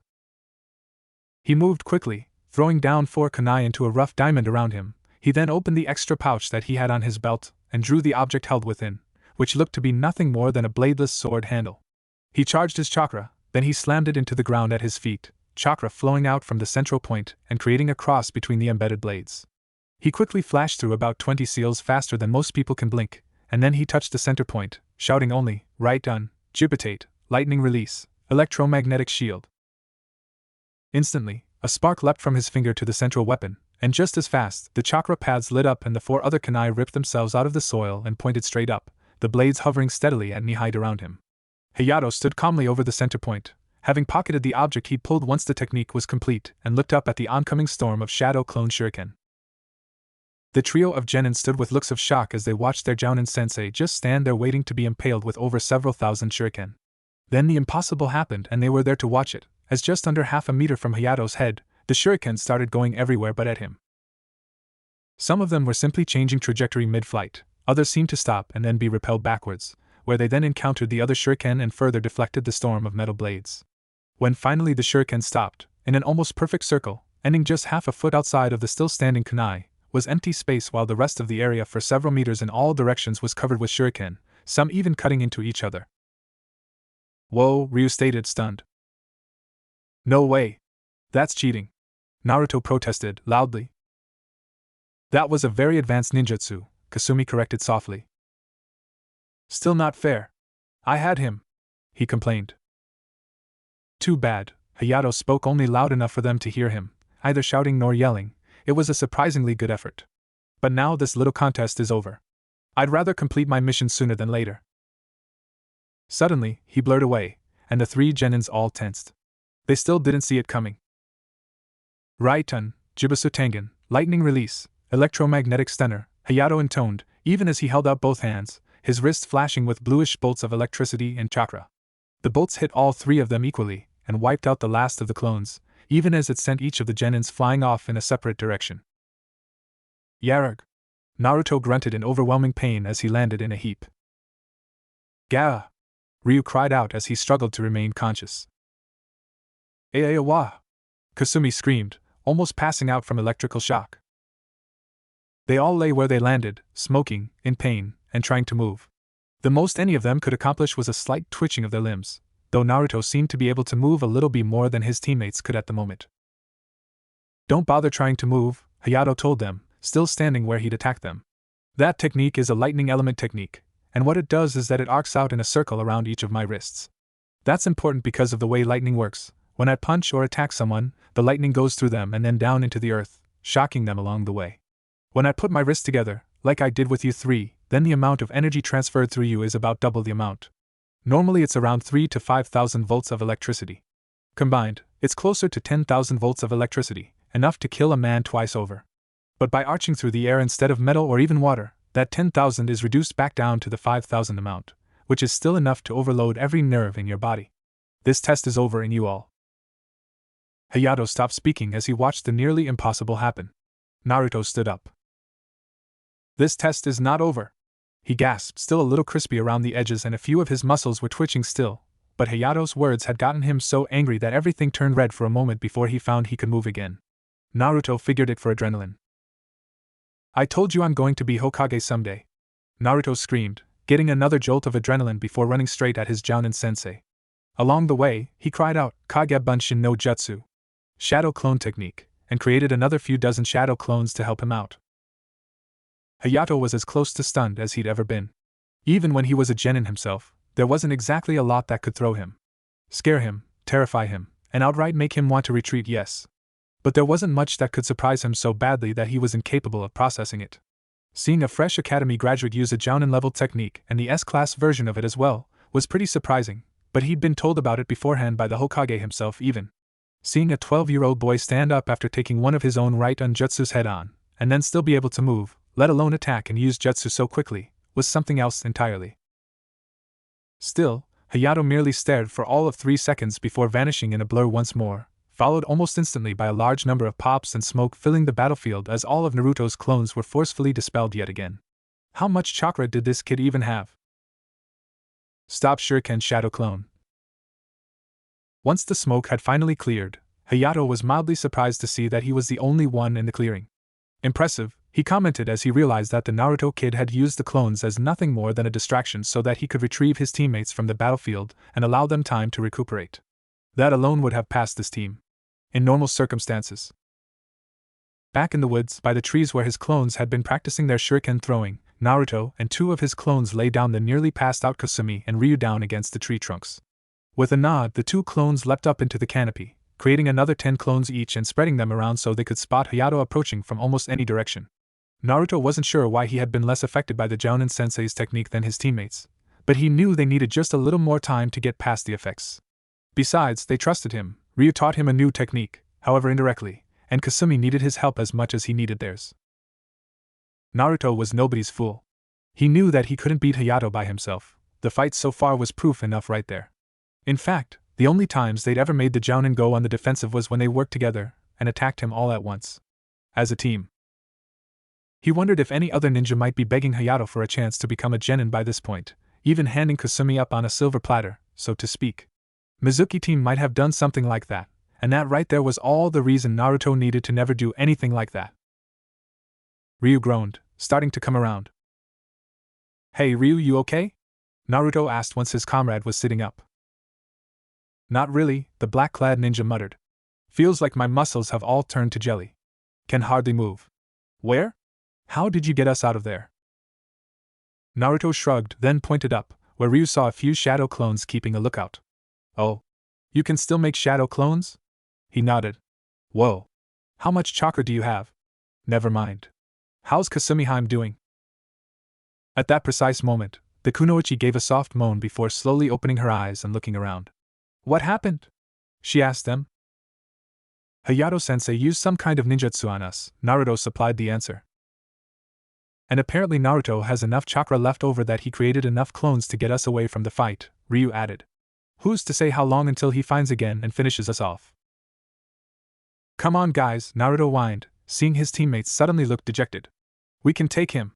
I know we can. We almost had him. If he hadn't pulled out that technique of his, I would have made a pincushion out of him. Not to mention it was working. Kasumi-chan's plan to beat him, it was working. Now we just need to beat him, right?" Kasumi and Ryu looked down, both feeling the weight of failure settle on them. "Look," Naruto scowled, not willing to let this stop him, "we have until sunset, right? We can still do this. We can beat him. I know we can. I'm going to be Hokage and nothing is going to stop me, especially not some bully out to hurt Kasumi-chan." Blinking, the chestnut-haired kunoichi looked up, stunned. Ryu also looked up, a bit of the fire coming back into his eyes. "He's right," Ryu stated, drawing the looks of his teammates. "We can't just give up. There's no guarantee of second chances, and to Hayato-sensei, this is a mission given to him by the council and Hokage directly. We have to get him to fight us seriously, and if we give up just as we get him to do that, then we don't deserve to be ninja in the first place. So I'm not going to give up. No matter what." Kasumi slowly nodded. "No matter what, we don't give up," Naruto agreed. He struck his fist out in front of them. "We fight with everything we have. We fight for every single second that we have. We fight until we beat him. We don't give up. We never give up." "Never give up," Ryu stated, slamming his fist into Naruto's and keeping it there. Seeing how her teammates were leaning, Kasumi nodded firmly, and punched out with her own fist, connecting with theirs. "No matter what. We will become shinobi. Play Team 1 strikes." "Well, you could start by learning the first lesson of ninja and embracing silence and stealth," a voice called out from behind them. "Shit!" Ryu cursed, leaping to his feet, only to stumble and almost fall back down. Thankfully, Naruto caught him, but they were more or less sitting ducks as they all turned to see Hayato standing there on a high tree branch, arms crossed and a smirk on his face. "Kage Bunshin no Jutsu. Shadow Clone Technique," Naruto screamed the technique name as he almost threw clones out and putting them between his teammates and their opponent. "Now would be a good time to try out that other technique I suggested, Naruto," Ryu grunted as he and the blonde helped Kasumi to her feet and they all beat feet. "I already did," Naruto growled back, "it didn't work." "No, throwing shadow clones at him. Literally," Ryu clarified. "Oh yeah, that." "We need to get back to the clearing," Kasumi told them. "He can attack us from any direction here, and spamming him with shadow clones won't do us much good if they hit the trees more than they hit him." "Then hang on," Naruto told them before forming 3 more shadow clones, then having them grab both of them by the arms. A quick wind-up, before they could say anything, all 3 members of Team 1 were airborne and flying through the trees back to the clearing of the training area. Are you out of your mid-3i, ND? Kasumi screamed as she fell through the air. Okay, this is kinda cool, Ryu said to Naruto, still midair with them. When they finally topped their arch and started their descent, they had actually crested the canopy of leaves of the massive trees surrounding them. They could also see the clearing, and it was pretty clear that they would be landing near the center. Provided they landed and didn't just fall to their deaths. I don't think I thought this through very well, Naruto mumbled as they began to fall. You think? Kasumi screamed. After about 5 more seconds of falling to their potential deaths, Ryu suddenly shouted, Quick! Naruto! Make more clones! But on the ground, then let's use Kawarimi. You mean Saka Kawarimi, Naruto corrected. Whatever. Both Ryu and Kasumi screamed at him. Fine, he grumbled, making the seal, and in a puff of smoke, 3 clones appeared 15 feet below them, which only put the clones a couple of feet off the ground, and they landed just fine. A few seals from the trio in the air later, and those clones were suddenly the ones falling while the 3 real-bodied ninjas were safely on the ground. Hey, I never realized shadow clones could be so useful. This technique rocks, Naruto exclaimed once they were safely on the ground. And that's why you're not a very good ninja, Hayato commented. They spun around, each dropping into defensive stances. You know, that's starting to get really annoying, Ryu huffed. What? Him using the same technique over and over and over again? The Jounin dryly remarked. No, Ryu snarled, you. Sneaking up on us and getting behind us all the time like that. Too bad. You 3 might have figured out the whole teamwork riddle, but that doesn't matter. You still haven't passed my test.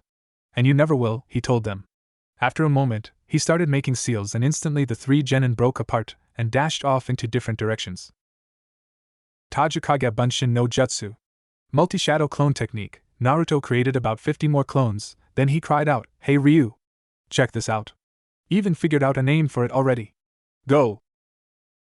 Instantly the 50 clones were cut to 1/3 of their number as the first third were thrown directly at Hayato by the other 2/3, and then the next group were tossed as high into the air as they could be thrown, while the remaining third surrounded the Jounin and prepared to just run in and take advantage of any openings they could get. Ninpu Kage Bunshin Nancy Hokubatsu. Ninja Arts, Shadow Clone Blitz, Naruto and the clones all cried out as one. Hayato was forced to abandon finishing his technique as he suddenly had full force flying Narutos coming at him from all sides. It certainly didn't help when the ones thrown up in the air decided to use the Shuriken Kage Bunshin no Jutsu, Shuriken Shadow Clone technique, once more, adding another element to the newly coined attack. With sure, decisive punches, Hayato worked to dispel the clones before they hit, but he still got hit by those that made it through his defense. Not to mention dodging the falling shrapnel that could kill him if he wasn't careful. The worst part of this new technique was that it came from all sides all at once, and it didn't stop. In the back of his mind, however, he privately upgraded Naruto's threat level from a D-rank mission not worth his time, to at the very most an extremely low C-rank that was bringing out quite a few surprises. Oh, that is awesome, Ryu had to say as he and Kasumi retreated to near the tree line. This isn't right, she said to him. Huh? What do you mean, Kasumi-heim? He asked. Naruto is the one that is in the thick of this test. He's the one using all the ninja techniques. He even learned 2 new ones right before our eyes, and he's the one that has allowed us to keep a Jounin on the defensive for this long. It's not fair to keep pushing Naruto to the front like this, protested Kasumi. Well, keep in mind that the last time we made him go on the offensive, all 3 of us got the worst of it, but Naruto, Ryu argued. But Naruto got us out of there and more or less saved us, she interrupted him. We need to be doing more. We can't just hang back and let Naruto do all the heavy lifting. We're supposed to be a team for Kami's sake. We need to start behaving like one. Ryu was silent, but she could tell he agreed with her words. What techniques do you know? Kasumi asked. Ryu blinked, surprised. What does that have to do with anything? He replied defensively. Because you showed Naruto, intentionally or not, how to do the Shuriken Kage Bunshin no Jutsu, Shuriken Shadow Clone technique, she pointed out. Now for you to know that, you'd have to have been training in more than just the academy-taught ninjutsus. So what else do you know, and can use in a fight?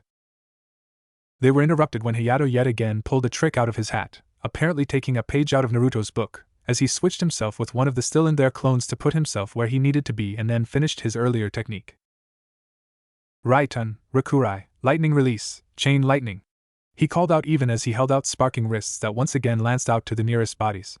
The difference being here that it didn't stop at the nearest bodies, but struck one clone, then lanced out to the next, and then the next, and the next, and the next, until finally the bolts of chakra-created electricity reached those on the ground and thus grounded the energy, causing more than enough damage to get rid of all the clones at once. Damn it!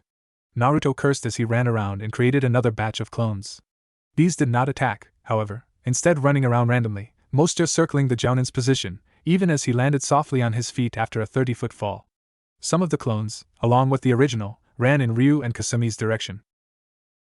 Seeing this, Kasumi made some hand signs, which Naruto thankfully noticed, and she, Ryu, Naruto and the clones with him all leapt up into the trees after throwing down a few smoke bombs, immediately masking their presence to the best of each own's ability. The three genins just happened to choose the same hiding spot so they could strategize. Pause. Team 1 strikes. This isn't working, Ryu said. We can still beat him, Naruto insisted, but quietly. Using shadow clones as cover won't work anymore, Kasumi whispered, almost thinking out loud. We need to work out a different strategy. Naruto, besides the Kage Bunshin no Jutsu, shadow clone technique, and the academy basics, what other techniques do you know? Well, Ryu just showed me the Shuriken Kage Bunshin no Jutsu, Shuriken shadow clone technique. The blonde blushed, scratching the back of his neck, almost in embarrassment. Ryu? You never answered my question the first time. Kasumi looked to the black-clad ninja. He seemed almost reluctant, but finally he just nodded and answered, all of the academy basics, 3 different styles of taijutsu, a few katon ninjutsus, Konoha Shunshin no Jutsu, and some wire techniques. Now what about you, Kasumi? Ignoring the slight against her name, she immediately answered, the academy basics, my family's taijutsu style, and a few chakra control exercises. You're kidding, Ryu deadpanned. You get me to tell you all the techniques that I know and can do, something that a ninja never gives up unless they're desperate, and all you have to offer in return is that you know nothing except what your clan taught you. What's a chakra control exercise? Naruto asked. And hey, Kasumi figured out our last plan, let her have a chance. Quiet, Kasumi hissed. And for the record, I know all the academy taught techniques, water walking, tree climbing, and leaf floating. And I may have a few taijutsu techniques that might be of use. So, Ryu sighed, letting go of his anger. What's the plan? Go all out against him? That wouldn't do much for long, Kasumi shook her head. He's adapted to everything we've thrown at him, and now he's started using ninjutsus.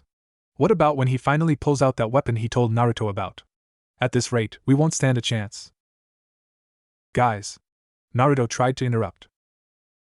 We need to move, Ryu said suddenly, immediately grabbing both of them and throwing them off the tree, flashing away himself in the same move. Several meters away, they regrouped. They all crouched down behind some bushes, still maintaining as much stealth as they could. Not even a leaf rustled as they settled in, and even the surrounding wildlife remained unchanged. Okay, what was that about? Naruto asked, confused out of his mind. Hayato-sensei found us, was all Ryu said. How could you tell? Naruto asked. I'll show you how to do it one day. When we're not being hunted by our sensei, he glared. Oh, right, Naruto blushed. There's nothing we can do, Kasumi almost moaned in despair. That right there just goes to prove it, Hayato-sensei just too tough an opponent. No matter what we throw at him, or which direction we come from, there's no way we can beat a Jounin. Shh! Ryu and Naruto both shushed her. Come on, Kasumi-chan, Naruto almost begged. If we do our best, if we stick together, we can beat him. You said it before yourself? Never give up. Come on, never give up. Kasumi, I'm sorry for ragging on you earlier, but I don't like sharing all my secrets all at once, Ryu said to her. Guess I still haven't learned that whole teamwork lesson yet, huh? Well, I'm with Naruto, and I'm not gonna give up. But we won't stand a chance unless you're out there with us. Naruto may be able to create an army with ease, but that doesn't matter a thing if the person that we're both fighting for won't fight for herself, Ryu accused. Hayato openly admitted it. The council, your brother hired him to be assigned as your Jounin sensei, also he could break your spirit and send you crying from the shinobi program. Well, sending you home crying means sending the two of us back to the academy for remedial training. And I think it's safe to say that I speak for Naruto and myself when I say that we really don't want to go back to the academy. Again. So, he grabbed her face and forced her to look them both in the eye, her brown eyes welling up with tears. If you're not going to fight for yourself, fight for us. And I'll fight for you, and Ryubaka here, Naruto added with a wide grin. I'll fight for you in the dobe too, Ryu followed that up with a smack to the back of the blonde's head. Guy's eye, she was suddenly choked up. Then her eyes hardened as she considered exactly what it was they were asking of her, and what her brother, the council, and Hayato were all doing. It wasn't fair, not only to her, but to her teammates. And that was something she would not stand for. We attack him from all sides, don't let up, use every technique you can, keep an eye on each other, and be ready to pull each other out of danger if you see something about to happen, Kasumi ordered, the fire lit up in her eyes even brighter than before. And if this works, she paused, giving each of them a meaningful look, we'll call this our Buntai no Jutsu, Iko Dojiki, Team Technique, Team 1 Strikes. Break. Ryu warned and they all flashed away. Play Team 1 Strikes. Hayato watched from his own hiding spot as each of the potential genins split up and did their best to mask their presence and hide. Of course he found them all immediately, though one stood out more than the others. Naruto, again, because instead of hiding, the boy seemed to be on the lookout for himself, searching out their opponent. Suddenly this is starting to look like a lopsided team, with those two depending on the unpredictable knucklehead. As surprising as this all has been, I'm getting bored. Time to end this, the Jounin thought. He smirked before flashing away, angling himself to intercept Kasumi at her hiding spot. She was, after all, the primary target of his mission here. Almost as though they sensed this, he noticed how Naruto and Ryu both changed their own trajectories to intercept on him. Too bad they'd never. Ducking down suddenly and twisting midair while leaping between two distant trees, Hayato cursed under his breath, even as he arched his body to rotate out of the way a second time, dodging first Naruto and then Ryu as they were catapulted on a ballistic course. That Naruto kid sure was getting fond of having his clones throw people around. No holding back now. Ryu shouted to Naruto as he landed against a tree and immediately jumped off it, angling in on Hayato's back. Right. Naruto shouted back, going full out and spamming the forest with shadow clones yet again. Kasumi, having heard the shouts, turned around to see Hayato aiming for her as Naruto and Ryu desperately chased after. Frowning in anger, she increased her speed and angled back for the central clearing of the training area, making sure to put as many branches and tree trunks in her sensei's path as possible. Ryu, seeing this, and having known Kasumi since they were both small children, had an idea of what it was she was thinking, but at the same time that Kasumi was an expert at thinking things through, she didn't have a very vivid imagination when it came to possible ways of making it work. Jumping up into the trees to get a better view, Ryu began to think of ways he could help Kasumi out and give them the advantage in this fight. While he was more of a doer and preferred action, he could see the advantage of having a plan, and they desperately needed one right now. Naruto, still chasing along as fast as he could move along the ground while directing his clones' continued harassment of the Jounin, had only three thoughts running through his head. First and foremost, he was so going to kick Hayato-sensei's ass. Second, he had to protect Kasumi and watch his teammates' backs. Third and lastly, he was remembering the times that he led A and BU on a chase through all of the training grounds around Konoha, as well as when he just hung out after school, trying to relieve boredom. He'd visited Training Area 11 lots of times, and during those chases, he sometimes managed to find nifty little ways of getting around the areas faster than the adults could, despite said adults being much faster than he was in a flat-out race. So, when Naruto saw them coming up on a cluster of sycamores, he knew that the tight spaces between the branches left a very obvious path to follow, which sort of zigzagged and ate up a solid 10 seconds of running time. He also knew of about 5 other ways of both circumventing that path and even shaving 10 seconds down if those trees weren't there in the first place. He decided to take all of them.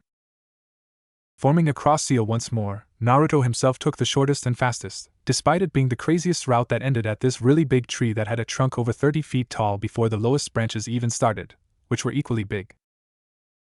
Ryu, looking down from above and cutting his time by putting more power in his jumps between branches, soon saw an opportunity, as the route Kasumi was currently on would take her through a copse of trees that ended against the surprisingly tall trunk of a big tree. If he could somehow get a signal to Kasumi without letting Hayato know, they might be able to catch him by surprise and blindside him somehow. Smirking to himself as he figured out exactly how to do that, he even had the perfect technique to help them out in pulling it off. Unfortunately, it took a heck of a lot of chakra to do, and he wasn't Naruto, so he had to make sure that he didn't miss.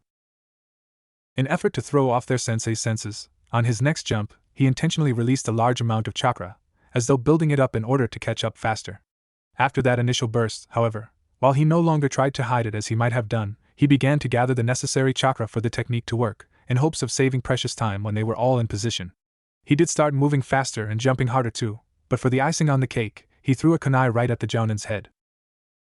Of course, he only glanced in Ryu's direction before deflecting the projectile with his gauntlet, and doubling his own pace so that he began to really gain on the kunoichi now. Ryu cursed. Kasumi was just short of panicking. Maybe she really wasn't cut out to be a ninja, maybe she should just stay at home and practice being the perfect clan head, or maybe even the perfect wife to a clan head. Kasumi's eyes hardened and her steps increased in pace, and her stride was more sure. Yeah, so what if she was having trouble with this test? So what if her brother, Kami bless his soul, had hired her Jounin sensei to make sure she never became a shinobi? So what if the entire council and Hokage were in on it? So what if she was just running as fast as she could without any idea or plan on what to do next, or how to even win this fight? So what if she had a Jounin that had some kind of super ninja weapon chasing her? So what if her only teammates were the academy's dead last and Hayabusa I will be the strongest Ryu? They were her teammates, and they were counting on her. She was Tenshin Kasumi of the Mugen Tenshin clan of Konoha. And if anything could be said about a Tenshin, they were loyal to a fault. Seeing the path the trees gave her opening up ahead, she decided to throw her pursuer off just a bit and pulled out a kunai for each hand. The everyman ninja tool wasn't her favorite, preferring the more easy to handle and far more accurate Saban needle, but they could also cut through branches just fine. Passing between a pair of close-together trees, she sliced one of her kunai through the lowest branch, not slowing her down, but as it fell it would block the path for a precious few seconds. Seeing another opportunity, she sliced another branch apart, and then another 3 after that, creating full blockades without breaking through the branches entirely. She had to make a couple odd turns herself so she wouldn't lose time, but she did hear Hayato following her and grunting as he came across her delays. Seeing opportunity for one last big one that might even get her home free, she threw both her kunai together with enough force that they tore through the right branch and sent it crashing to the earth only a hair's breadth behind her, as she dived forward out of the cluster of trees. She knew she didn't exactly have the time to sit and take deep breaths, and she was on her feet before she even had time to feel the dirt.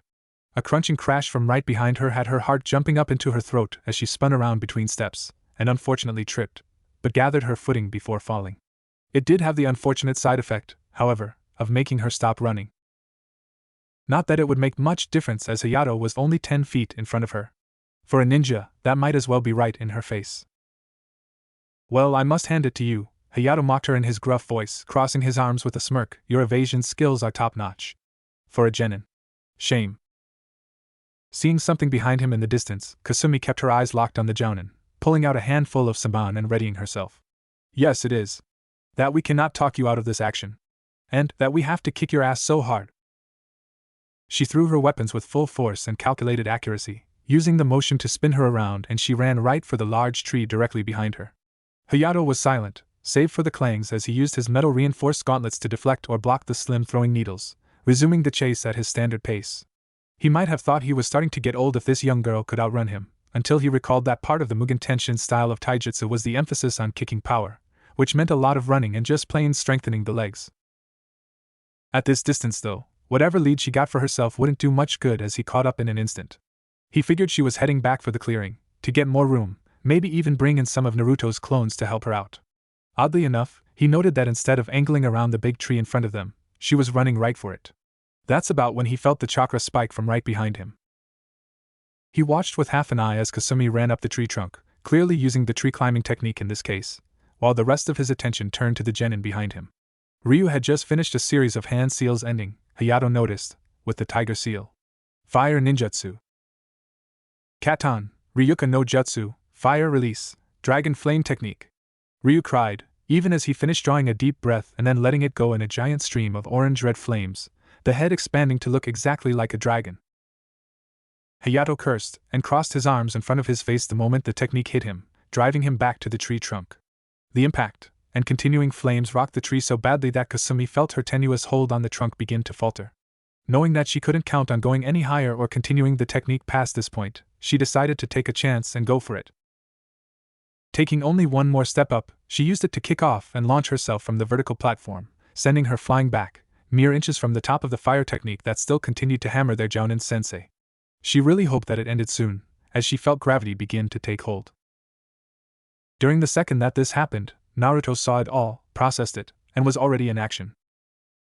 2 Narutos, both clones most likely, swung down from opposite trees, getting just close enough that they could grab Kasumi by the shoulders and hips and send her higher into the air, where another Naruto, the real one, caught her and pulled her onto the branch of the tree he was standing on. Ryu silently cursed himself and praised Naruto to Kami himself as he watched all this happen. He'd only learned the technique a month ago, able to do it without flaw a week before the academy exams, and hadn't had as much time to practice it unfortunately. He was able to keep the technique going for about 6 seconds at full blast, and he knew that he would need every bit of it to do any damage to Hayato at all.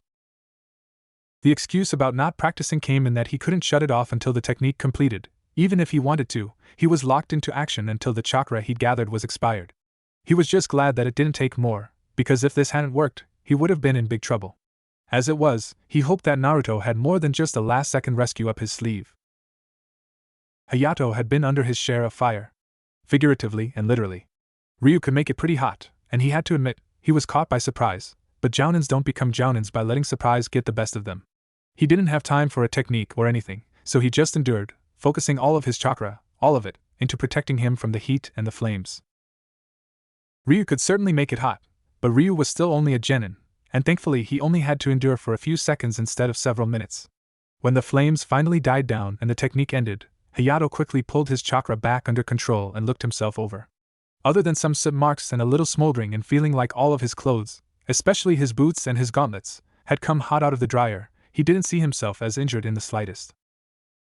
Oh sure, he'd had to use a surprising amount of chakra to survive, but it wasn't like he was facing another jounin here. That's about when Naruto reminded him that a team of genin still sometimes gets lucky, and with the blonde, you really can't predict what will happen next.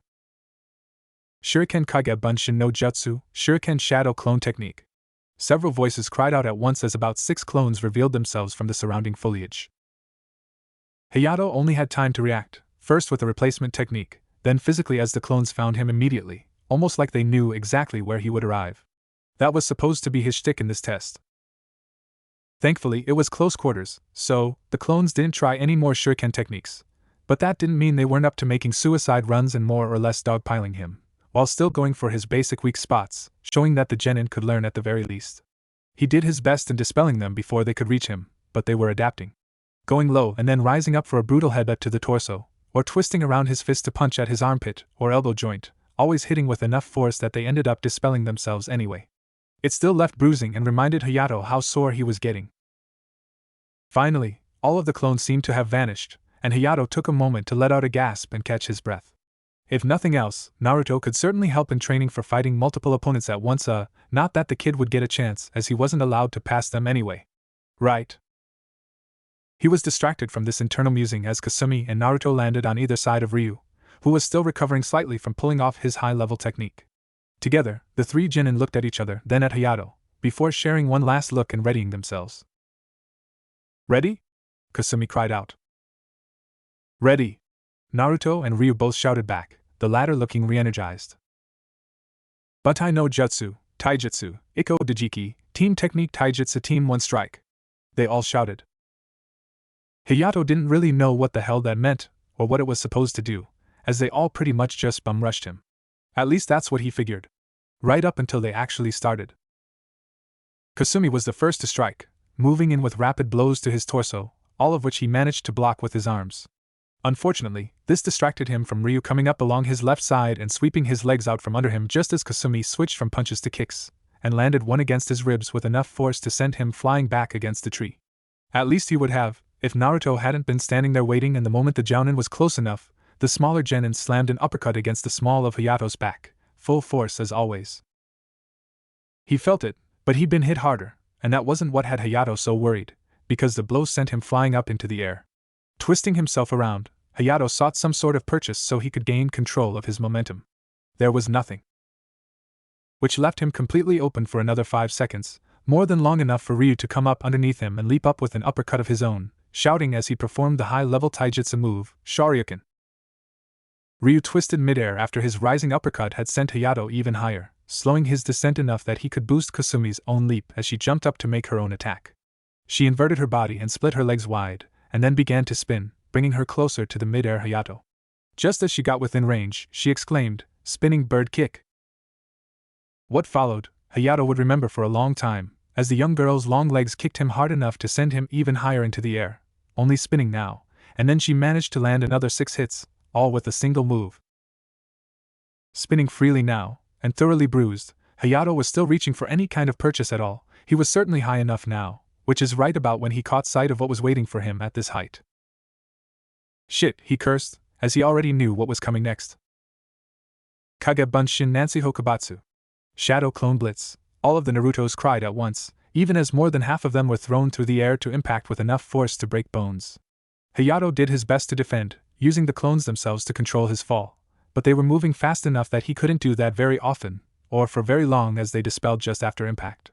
Unfortunately, a few did get through, but only glancing blows, so nothing was a direct hit. He did get a lot more bruises though. Naruto himself jumped high into the air, high above the falling Jounin. Forming the cross seal, he focused his chakra and his intent as two clones formed on either side of him.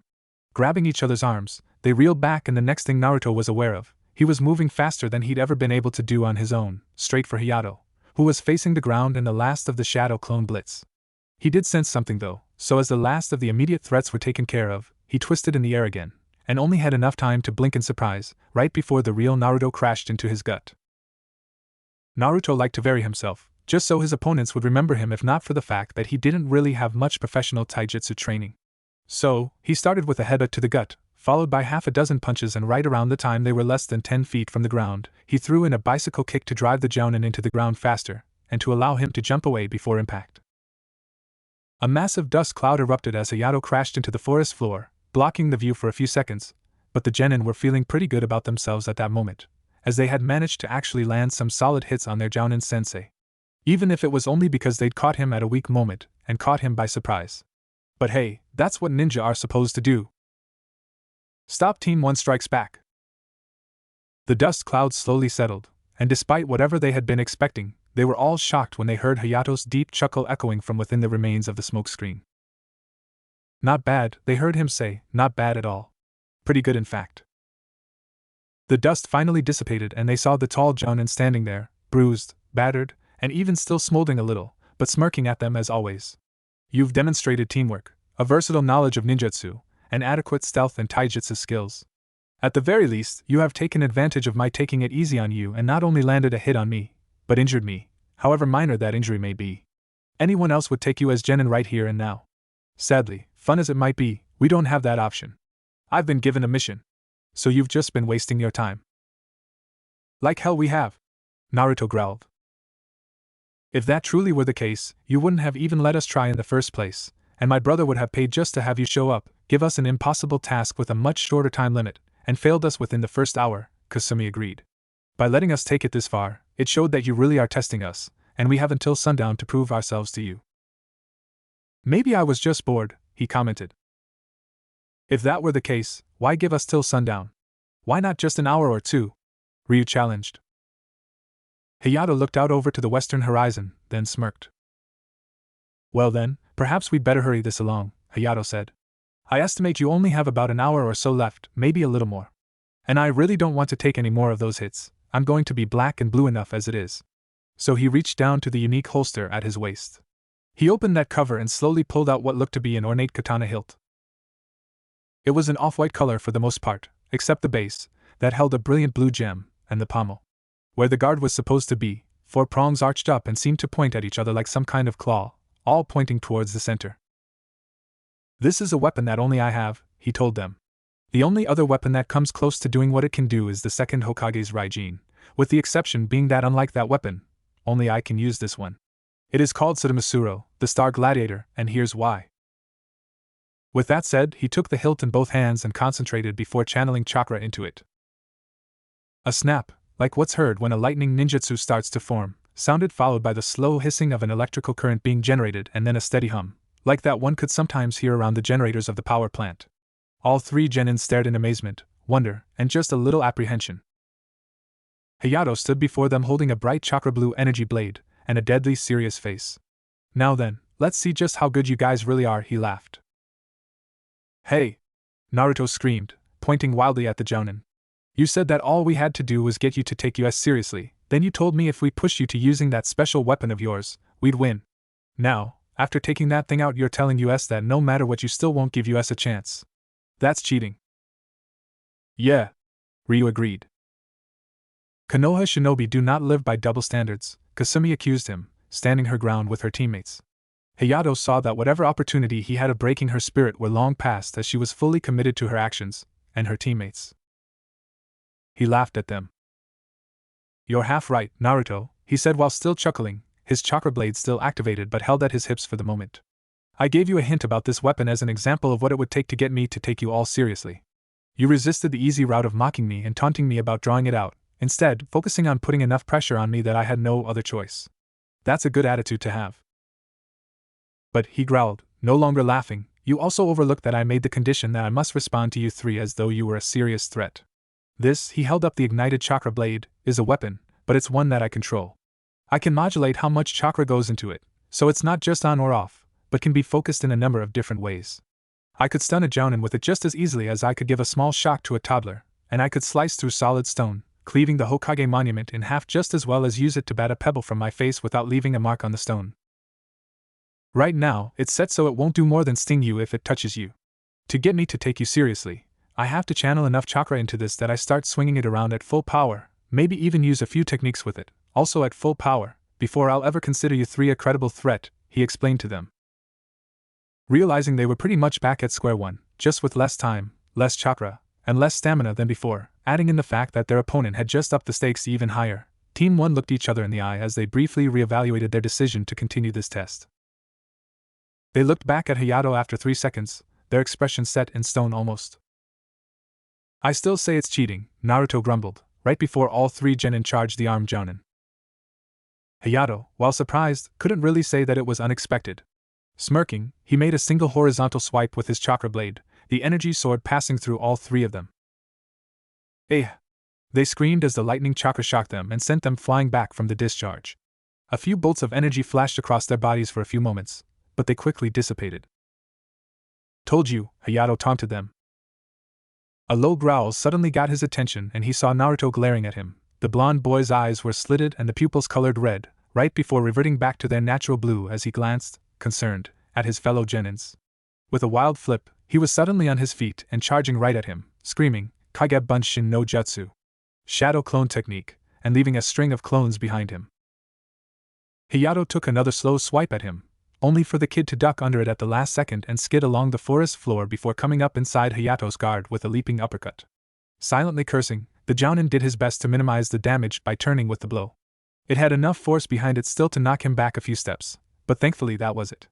Then the clones joined in. Hayato was getting really tired of this and put some actual effort into dispelling the clones. A single strike, that was over within a single second, and they all vanished in a cloud of smoke, and Hayato cursed himself again. "You're getting annoyingly good with that jutsu, Naruto," he growled out as the smoke dissipated. As he expected, all three genin were nowhere to be seen.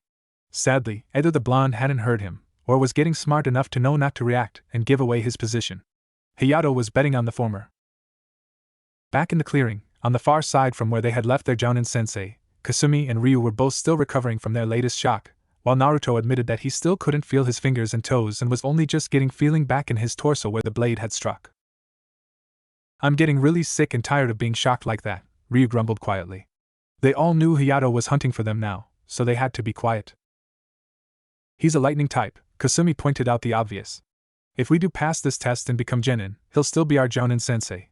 And who's to say that during our training that he won't zap us like that even more than he has so far?" Making a face, Ryu grumbled, suddenly, "I'm not too sure about wanting to pass this test." "Yeah, well, he's still a jerk, but at least we'll be ninja," Naruto argued the point. Ryu shrugged and nodded. "True. You do realize that he's just toying with us. Even I can handle a sword better than what he just threw at us, so it's kind of obvious," Ryu said. "How the hell can we even begin to block something like that? If he gets remotely serious, there's no guarantee that we'll be able to dodge it. Naruto, you got real lucky you didn't get shocked again." "Nay," Naruto shrugged, "the A and B used swords against me all the time when they were chasing me for a prank or two. Took me a while, but I finally figured out how to best dodge a sword and get away. Used to I had to use smoke bombs, but shadow clones are much more handy for that now." "Okay, so maybe Blondie here can keep dodging, and a glancing hit or two won't hurt him much given how he's recovered from the last few shocks, but what about us?" Ryu asked Kasumi. "There is something maybe," she said, thinking out loud. "That weapon of his, the blade, is nothing but manifested chakra.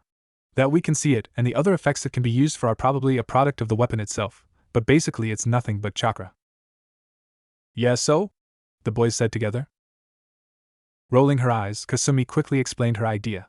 When using ninjutsus, chakra is chakra. What really makes the difference are things like element type, form manipulation, or if it uses weapons or just raw chakra. When it's same versus same, then the only thing that matters is which ninja has more chakra and can put more of it into the technique. Right, so what? They were both lost. I know this chakra control technique, where you use chakra to hold a leaf to one part of your body, usually the forehead, and keep it there, no matter what happens, for as long as you can. There's also one where you use chakra to float a leaf in the palm of your hand and keep it steady and floating the same distance from your skin for as long as possible, she explained. Yeah, I think Irika-sensei tried to teach me that first one once. It was boring, Naruto commented. Well, through a combination of those techniques, we might be able to defend ourselves from Hayato-sensei's weapon, she told them. How? Both boys immediately asked.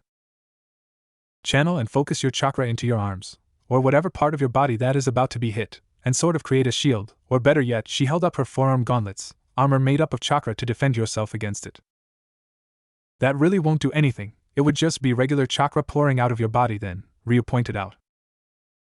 True, Kasumi admitted, against actual threats, like ninjutsus, weapons, and physical blows, this wouldn't work at all. But against Hayato-sensei's chakra sword? All we have to do is defend against the chakra itself, and it's the same as wearing heavy armor to defend against a Ryo blade. Yeah, but you said it yourself, Ryu reminded her, it's lightning element chakra. Won't matter, Kasumi assured him. Stop the chakra, and it won't even touch us. Of course, she hesitated to say, but continued anyway, there's the same problem with chakra versus chakra techniques. Whichever ninja has more chakra and can channel more of it usually emerges the victor. And we're facing off against a Jounin, Ryu sighed. How do you do that chakra armor thing? Naruto asked, embarrassed and rubbing his neck. At that moment, Hayato appeared on the other side of the clearing. Ryu, go, Kasumi ordered. I'll show Naruto how to do this so he can defend himself. Distract him. On it, Ryu acknowledged and leapt to his feet, charging the Jounin at full speed. Quick, Naruto, you need to learn this now. Kasumi dragged him back into the woods. Meanwhile, Ryu entered close range as Hayato charged to meet the genin. They say genin are inexperienced and tend to have more guts than brains, but this is just plain outright stupidity, Hayato taunted Ryu as he slashed out with his chakra blade. They both expected it to phase right through Ryu's body, once more shocking him back into unconsciousness, except when he raised his arm to block, the chakra blade stopped cold, like a sword hitting heavy armor.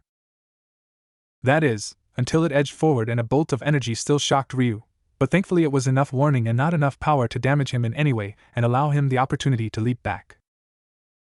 Hayato grunted, taking a step back and looking back and forth between Ryu and his sword. Took me over a year of constant use with this thing on missions before I figured out how that could happen. None of my opponents ever seemed to catch on. I hit you 3 with it once and you figured that out in 5 minutes? I don't think so. How did you do that? Blamed Kasumi, Ryu chuckled, rubbing his arm where the blade had touched, which was still numb. She was the one to work out that since the blade of your weapons is just solid chakra, our own chakra might be able to work like armor against it if we layer it against our skin. Turns out she was right. Now I just have to work out the bugs. There is no such technique as chakra armor, boy, Hayato growled, adjusting his stance. He now looked ready to fight, with his knees bent and spaced apart, and Sudamasuro in the ready position. But I suppose it makes sense. If anyone, it would be someone of the Mugen Tenshin clan to figure out the weakness of my weapon. They have this annoying habit of being able to analyze a technique with just a look. There was a rumor that once there was one of the Mugen branch that had mastered that ability to such a degree that he could perfectly copy any technique he saw, before it was even fully performed, rivaling even the mighty Sharingan. Besides, Hayato growled and amped up the power going to his sword from tingle to taser. No armor is perfect, as was just demonstrated. Like I said, Ryu adjusted his own stance and increasing the output of chakra to the field he'd surrounded his body with. There are a few bugs to work out. And I don't think of this as chakra armor, but more like extra padding at a kendo match. Hayato frowned and growled slightly at Ryu's mocking tone. Then he charged, no longer just swinging like some rank amateur, but a real swordsman. He kept to a very basic kata he used almost daily in his own training, but it was several steps up from the way he'd been attacking so far. Ryu, where it was just plain stupid to do so, avoided blocking where he could, focusing on dodging and not getting hit, then putting his new defense to the test so soon.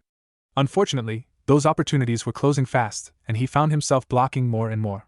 The first few times, he could block the chakra blade no problem, even rebuffing it back from the hit a bit, but the Jounin recovered too quickly for him to take advantage of that. After that though, it started to get harder, and he began to feel a sting each time he was forced to come near Hayato's weapon.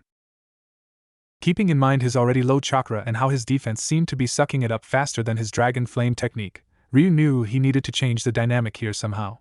That's when he saw the opening, and before it could close on him, he took full advantage. Dropping into a roll, rather than retreating once again, Ryu went in under Hayato's defenses and came up on his right-hand side, where he quickly rose up in a fast-rising kick, which he then pulled in after connecting, thereby accelerating his spin, allowing him to slam another 3 successive snap kicks to the Jounin's torso, knocking the older ninja off his feet. Unfortunately, he didn't stay down. Jumping back up, Hayato made an upward slash that Ryu just couldn't dodge or even hope to block, and he was driven back by both the force and the pain. Hayato compounded the damage by swinging another 2 swift strikes against the genin, sending him flying. Ryu did his best not to cry out, but he couldn't quite manage it, grunting as he hit the ground, feeling like his muscles were made out of jello sat on a big drum. Still, he knew he couldn't drop his guard. The Jounin wasn't taking it easy on them anymore. He couldn't afford to be knocked unconscious. Putting his hands against the ground, he pushed himself up, and then twisted his body and pulled his legs up, spinning on his head with his legs flailing out, one of which turned into a kick that kept Hayato back, and buying himself enough time to flip back up onto his feet. Landing in a ready position, Ryu blessed Kusumi, Takami, and anyone else listening for coming up with the chakra defense technique. It was probably all that kept him from being KO'd right then. Hayato grunted, not bad. Looks like I'll have to give it a little more juice. Hayato grasped the hilt of the chakra blade with both hands and channeled a bit more chakra into the weapon. The blade brightened and sparked a couple of times, still humming at the same strength. Ryu gulped, knowing he'd have a much harder time of it now. Hayato smirked as he raised the power level from taser to nasty shock and charged the genin, swinging the chakra blade with sure swift strikes. Ryu, not wanting to test his chakra defense against a higher level just yet, opted to dodge and retreat rather than to block or even deflect at this time. He had to buy more time for Naruto to learn the technique Kasumi was trying to teach him. Heck, if he learned an A-rank ninjutsu in half an hour, he could definitely learn a chakra control exercise even faster, right? Right. Jumping as high as he could, Ryu flipped over his Jounin sensei and ran for as fast and hard as he could before skidding and sliding to a halt on the grass, twisting his body around and narrowly avoiding another slice that was only centimeters above his head. Knowing he couldn't stay on the defensive forever, Ryu moved in and sought for any opening, no matter how small or minuscule, for him to take advantage of. Sweeping his feet low, Hayato jumped over the kick, but that was exactly what Ryu wanted him to do, as he paused the sweep halfway and immediately cocked his leg back and landed a direct hit to the Jounin's lower torso, knocking him back off his feet and to the ground once more.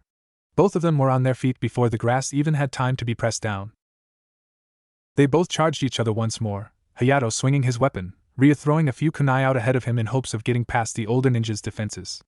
Hayato easily swept them out of the way, switching the chakra blade from shocking to solid and then back to shock once the kunai were no longer a threat, then locking it against Ryu's last kunai, which the genin had apparently channeled chakra through as Sudamasuro did not pass through it and hit him. Still, they both knew that he couldn't keep it up for long, and Ryu wasn't going for a brute force confrontation, just a way to get close enough to take full advantage of his sensei's position.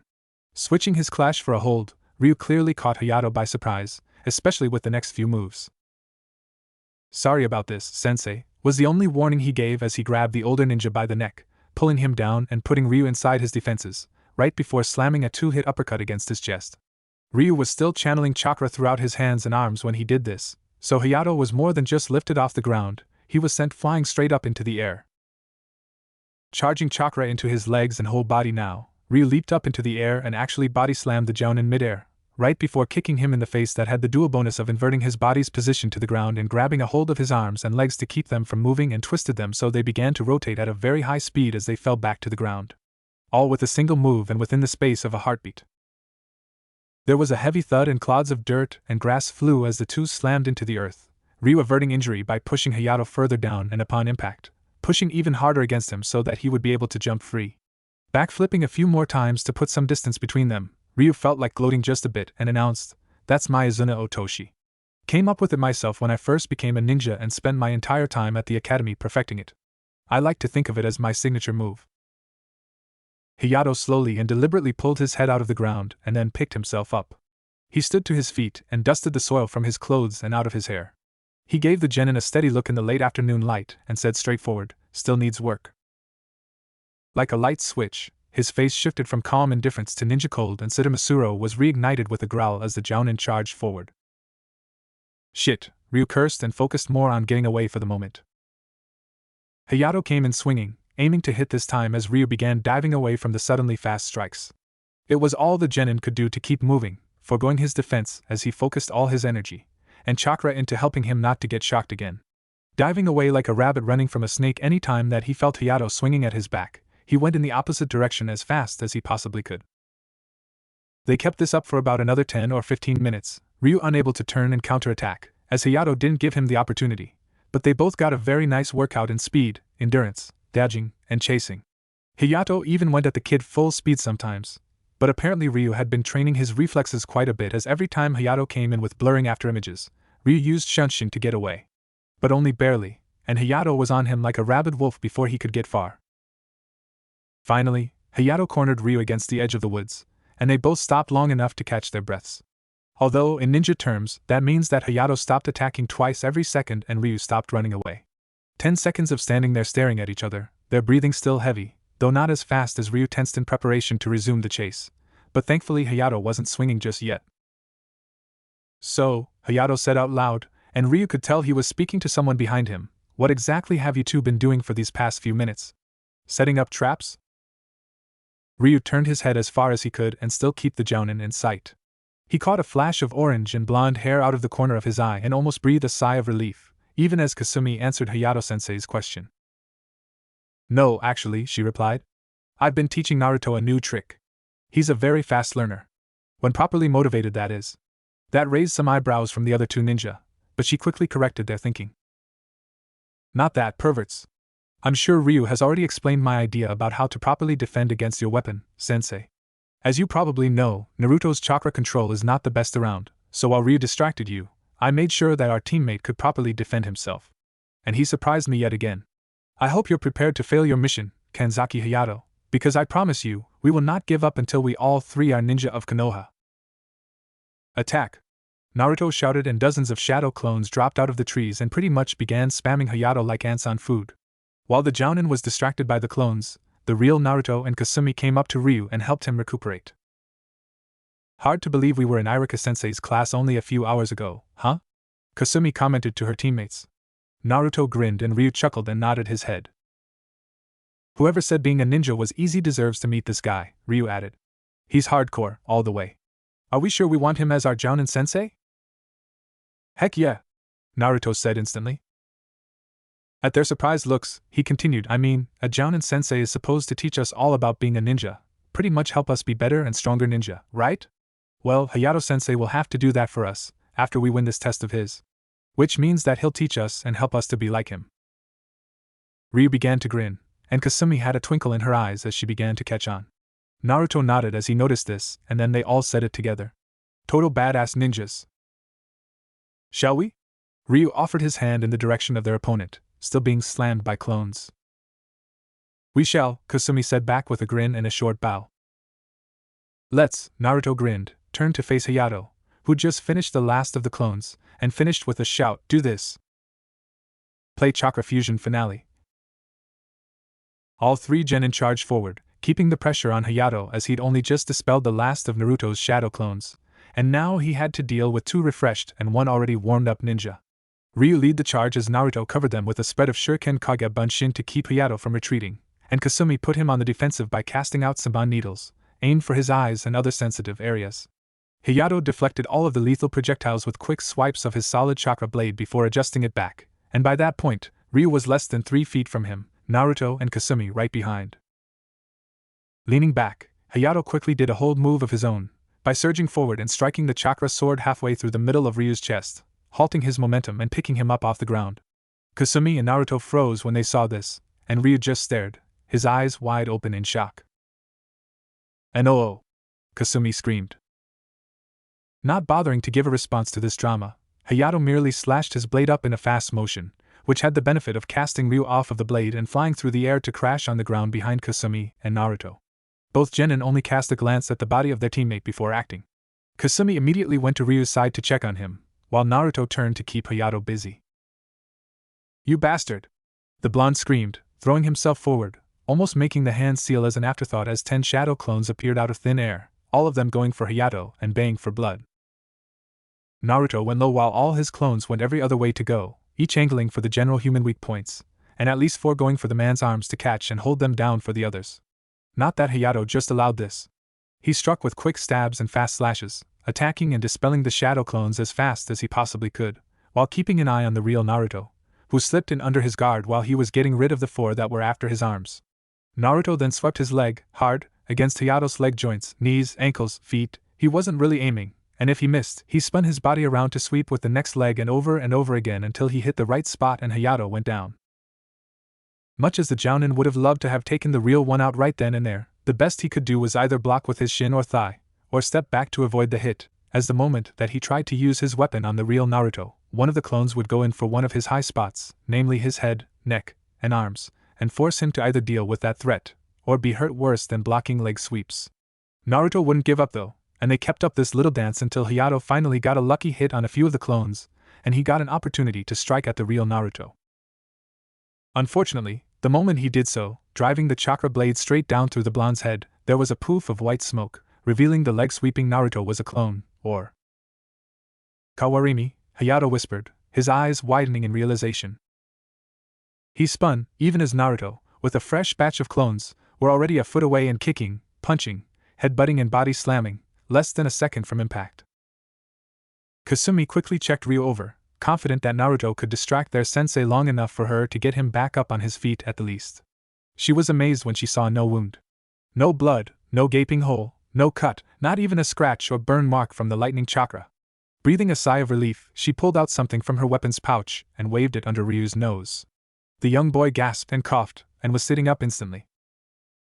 "Oh Kami, what is that stuff?" "No, never mind, I don't want to know," he coughed, waving the air under his nose away. Slowly, Kasumi helped him to his feet. That, she informed him, was ammonium carbonate, aka smelling salts. "I thought you were dead for a second there. Good thing I remember Hayato-sensei bragging about how he can control the intensity of his weapon. Unfortunately for him, I think Naruto forgot. How are you feeling? Numbness, any of the symptoms from before when he stunned us?" Ryu shook his head, testing his limbs and making sure he could move okay. "No, I feel okay actually. I had stopped using that chakra defense when I had to concentrate on running rather than blocking, but when you guys showed up, I started using it again, and I think that's what made the difference. Worst injuries that I feel are from the fall when he threw me off. Just give me a second and I'll be good to go." "Well, thanks to Naruto, we might just have more than a second or two," she remarked. They both looked back over at the battle and were surprised with what they witnessed.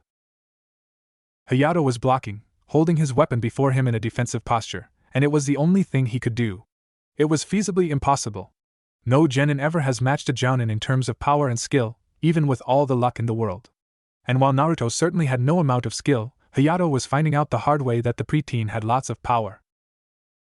Naruto and his clones were punching, kicking, and just plain slamming themselves against him as they performed his stupid little Kage Bunshin Nancy Hokubatsu, Shadow Clone Blitz, technique all over again, but all it really did was signal to everyone in hearing range that him and all of his clones would swarm their target like bees on honey, ants on an anthill, and even mosquitoes to an open bloody wound.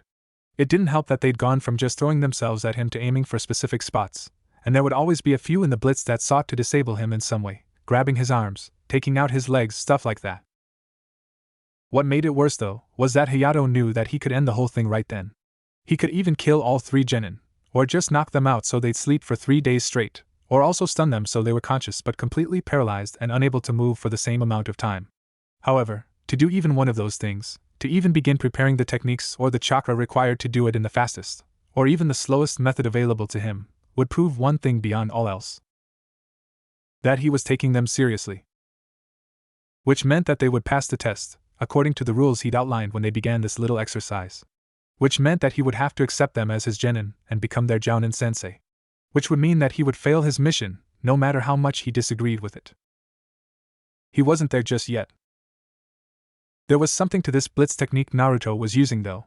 Numbers only counted if what made them up were worth anything, but at the same time, even a whole lot of something worth next to nothing could still be worth a lot. Given the proper direction and training, Naruto could lead his clones like a general with his own personal army. Or he could go with his current direction, the wild natural way of doing things, and swarm an enemy so they can't move, can't defend, can't attack, can't do anything but be consumed. It certainly held a lot of potential. Not that Hayato even cared, as the genin was going back to the academy in about 45 minutes to half an hour. Right, of course. Who cares about the potential of some washed-out academy student, right? Finally, Naruto ran out of clones, and it was just him attacking. Before he could conjure up some more, Hayato took another step, a baby one though, to being serious. He channeled the necessary chakra, and used one of his personal kenjutsu techniques, Razatsuzen, developed solely with the use of Tsutomusuro in mind, but used at 1/4 of its true power. Dashing forward at pretty close to his full speed, he didn't want to be accused of going all out for a genin. Hayato slashed with his chakra sword in a practice pattern, moving fast enough that he took all 3 genin by surprise, and landed some nasty hits on the blonde troublemaker. His first hit was the straight vertical slash that went from the crown of the short blonde's head to out between his legs. He then moved the blade and performed an upward slash, diagonally from the boy's left hip to his right shoulder, followed by a horizontal cut through the torso from right to left, then a downward slash from the left shoulder to the right hip, back up to the right shoulder and down diagonally back to the left hip, and then another horizontal slash from left to right this time, only to finish it up with going from the right hip up to the left shoulder. He took half a step back, and the blurred into motion again, striking with a vertical slash and charged for a thrust to the center of the boy's torso. Of course, Naruto was screaming in pain throughout all this, Hayato grunting with each slash, as while he held back a great deal of his strength, the evidence of his control was in that he controlled exactly how much force went into each attack, demonstrated that the young genin wasn't shredded into meaty chunks, only hit by blows from a lightning element chakra blade. He wasn't allowed to complete the thrust though, when Ryu came in from the side and Kasumi took a note from Naruto's book and paid him back the favor by using Sakakawarimi, reverse replacement, to pull him to safety and put her in the line of fire.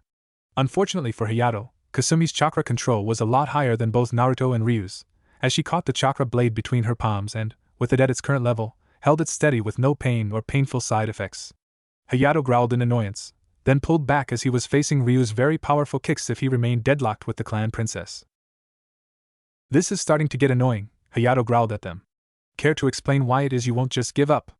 Even if, and I do stress the word if, you manage to pass this little test of mine, the council will never let the heiress to one of the most powerful and well-known clans in all the hidden countries become a ninja when her own family are the ones saying that you can't cut it. Give up already and save us all the bruises and hassle." "No," Kasumi quietly replied. "That's it. Just no? None of that. We will never give up and we will be ninja crap from earlier? Do the smart thing, princess, and just go home and lick your wounds. If it'll make you feel better, I'll even recommend the boys here get reseeded into some of the other teams. Naruto was supposed to be on Team 7 with copycat Kakashi even. Hokage changed it at the last minute, probably because the kid learned the Kage Bunshin no Jutsu, shadow clone technique. Ryu was spotted for an ANBU slot. Would have meant another 5 years of training for him, but he would have been one of the elite. If you just give up already, I can make sure that will still happen. Naruto too. Quite frankly, this mission has been more trouble than it's worth, and I'm tired of fighting kids that I keep letting hit me." Kasumi shook her head this time and repeated, "No." "Selfish little bitch, aren't you?" he sneered at her. "Don't you dare say that about Kasumi-chan," a growling voice carried by the wind said. All 3 of them turned to see Naruto, his orange jumpsuit scuffed, torn, burned, and dirty, with his yellow blonde hair waving in the evening air, and his hard blue eyes glaring with an intensity that was actually impressive by ninja standards. He was hunched over, and cradling his chest while one arm hung limp, but he was on his feet, when he should have been laid back for at least a few minutes, if not a full hour.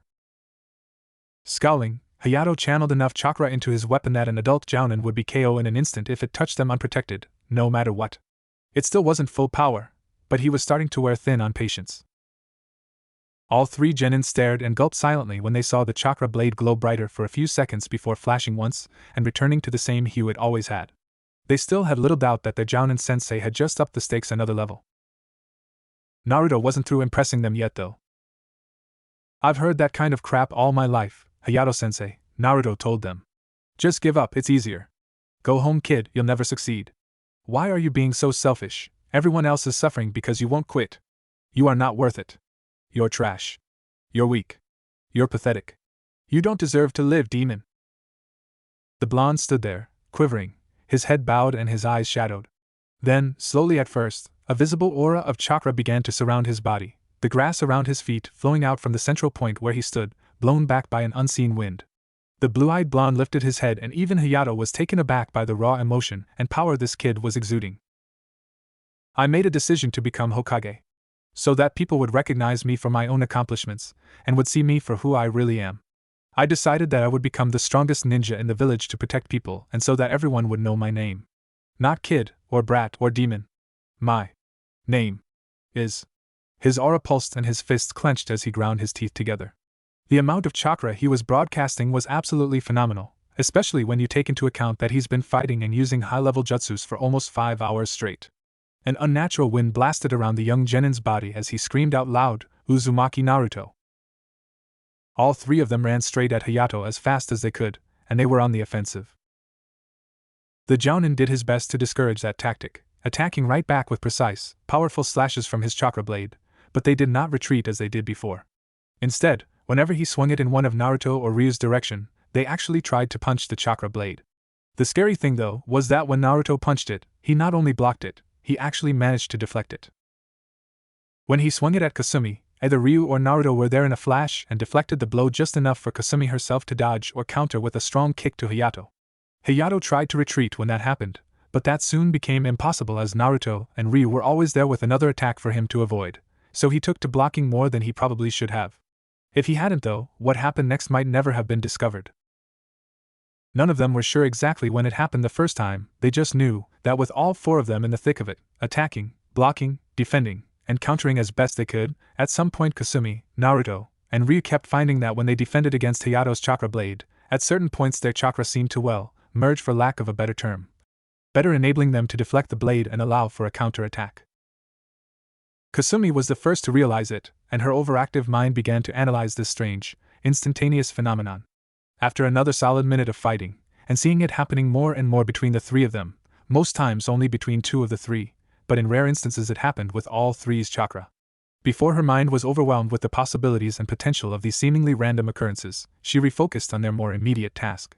It wouldn't matter what it meant if they didn't win this test, and soon, as they all saw how the sun was inching its way much closer to the horizon. Finally, she figured it out just enough that she believed she had the timing of it down. Now she just had to communicate it to the others without stopping or retreating. "Guys!" she cried out. "Defend and counter together." It was just vague enough that Hayato wouldn't know immediately what she was telling them to do, and it was simple enough that both the boys would increase and synchronize their timing enough so that this chakra merging would happen more and more often. Kasumi, despite feeling like she should drop any minute now, redoubled her own efforts and followed her own advice. Hayato, when he heard Kasumi's shout, channeled another 10% of his chakra into his weapon. He wasn't really sure how it was these genins were doing it, but they were actually going hand to hand with him and putting some real pressure on him. If it hadn't been for Kasumi coming up with that surprisingly simple defense to his unique weapon, this would have been over an hour ago. Then again, if it hadn't been for Naruto, Kasumi probably would have given up before he ever had to draw his weapon in the first place. And then there was Ryu, who was more than a pain in his own right, and fit in perfectly with the other two. He had no doubt that he could cut through their little chakra defenses as easily as a real sword cut through real armor. Put enough force and energy behind it, and the sword can break through any armor. The thing that was beginning to puzzle him, though, was that there were moments, very brief moments, where he was aiming to cut in between them and slice through, but instead he had actually been rebuffed. It always happened when he sought to attack between two of them, and they defended together at the same time. Although there had been brief instances where the third came up to aid and it was suddenly all three of them defending together, and he felt quite a bit of force pushing his chakra blade back. It was almost as if... No. Just no, it was completely impossible. It had never been done. Ever. It just wasn't possible. Then Hayato noticed how every time he attacked now, all three of them would move to defend the one he attacked, no matter which one or in what position. Now, when they blocked, he began to feel that repelling force even more often now. No way. Hayato tried to step back and evaluate this new information, but they, especially Naruto, wouldn't let him, constantly moving to attack and defending together every single time he did. Finally, he had no choice, as he charged another special technique. Enjetsu! He cried as an energy wave exploded from the blade of his weapon. All three genin were driven back, cast to the ground with fresh bruises and a couple new electrical burns. Breathing heavily, Hayato tried to understand what was happening here. This was just supposed to be a classified C-rank mission, hired out by the council and with special permission from the Hokage. 3 days ago, the list for the teams were decided, and Hayato had been approached only that morning with the mission, which he had accepted, however reluctantly. Then, there was the mess with Uzumaki Naruto breaking into the Hokage Tower and successfully getting away with the Forbidden Scroll, only for it to be discovered that Mizuki, a Chunin teacher at the academy, had been behind the entire thing, and the dead last of the class, who had been about to repeat the last year of the academy for the 4th time, was passed on to Genin status for having a hand in stopping Mizuki and learning the Kagebunshin no Jutsu, shadow clone technique. A day later, the new team manifests are released, and traditionally the dead last and the rookie of the year are put on the same team with a third, usually a kunoichi, and that was expected to happen with Uzumaki being put on the same team as the Uchiha, who was going to Team 7 under Hatake Kakashi. Instead, Uzumaki went to Team 1, and Mugen Ain, who had been previously slated on the original listing to be on Team 1, now went to Team 7. Then today, Hayato challenges Team 1 to an impossible challenge, provoke and then survive getting a Jounin to go full out against them. They weren't supposed to pass, they weren't supposed to learn the lesson of teamwork, they were supposed to fail. Instead, Uzumaki actually inspires the primary target to fight anyway, and now look at them. They had natural teamwork, and a dynamic that just wouldn't stop. And now this? Hayato had heard of, in mythology mostly, how a few special ninjas were capable of actually merging their chakra, so that even though they were individually weak, they could pull off techniques that would make all 5 Kages quiver in fear and awe. But those were just stories, it could never happen in real life, right? In the very brief breather they all had, they all glanced over to the west and noticed that the sun was just now beginning to touch the horizon, and with every passing second, it dipped lower and lower. In the east, the night sky was already coming out, and the stars were visible by now. Team 1 knew they were running out of time, but Hayato's patience was at an end. Enough of this, Hayato growled, mostly to himself to shake off the strange ideas of fictional myths. I'm going to finish this once and for all. Got that right. Naruto growled right back. Ready, guys? Let's end this. Kasumi and Ryu said nothing, only nodding in eerie sync with their teammate and rushing forward as he did. Hayato, seeing this, poured about 89% into his weapon. Any higher and he would risk permanent injury to one of them, and above 90%, well, let's just say that when he was on a mission and used Sudamasuri that he started out at above 90%. In other words, he'd fail his mission, and as much as he'd love to follow Kasumi's earlier suggestion to fail them just to succeed his mission, he was a man of his word. If he was pushed hard enough to get truly serious, well then, he'd cross that bridge when he came to it. Sure den, he cried as he charged the 3 genin. All 3 launched punches, which just so happened to connect with the downcoming chakra blade. There was a shock wave of pure force that went out from the impact, but the more amazing thing was that they were maintaining prolonged contact with the lightning chakra blade, where before they had only very briefly slapped it aside, or managed to push it back and away from them. In fact, that was exactly what they were trying to do, but Hayato was putting on the pressure now, using his muscle strength and body to keep them from pushing his weapon back, locking them together. The sun was a quarter below the horizon now, deepening red and dark orange. Ryu noticed this and pushed every scrap of chakra he had into his hand and adjusted his hold so that both hands were now pushing against Hayato's oncoming chakra blade. Naruto and Kasumi quickly mimicked him, giving them the proper leverage now, but they were still at a significant disadvantage, especially when the blade began to cut into and through Kasumi and Ryu's defenses. Naruto, seeing this, glanced very briefly at the horizon himself and felt the pressure rise. He didn't care where it came from, or what it came from even, but he pushed everything he had and wrapped his own chakra around Kasumi and Ryu and then started to push back against Hayato even more. He refused to lose and he absolutely refused to fail his teammates.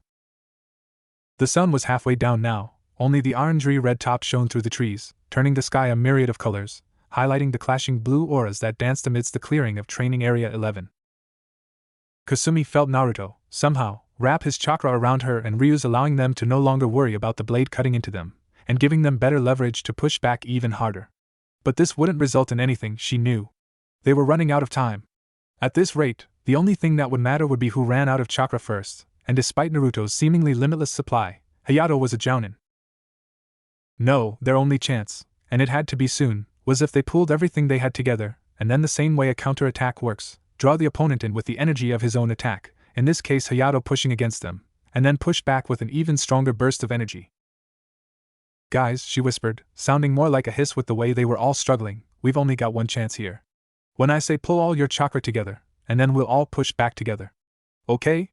It's our only chance. I'm with you, Kasumi-hime, Ryu shouted, his chakra flashing over his body in a blue aura. When you say, Kasumi-chan, Naruto cried, settling his stance. Kasumi's body flashed with the same blue aura that her teammates were filled with, her chakra blazing to a level that she'd always been told was dangerous, potentially lethal. She didn't care. Now! She screamed. And then the impossible happened, right before Kenzaki Hayato's eyes. If he hadn't been there to witness it, he never would have believed it. Even as he stood there and watched, he still couldn't quite get himself to believe it.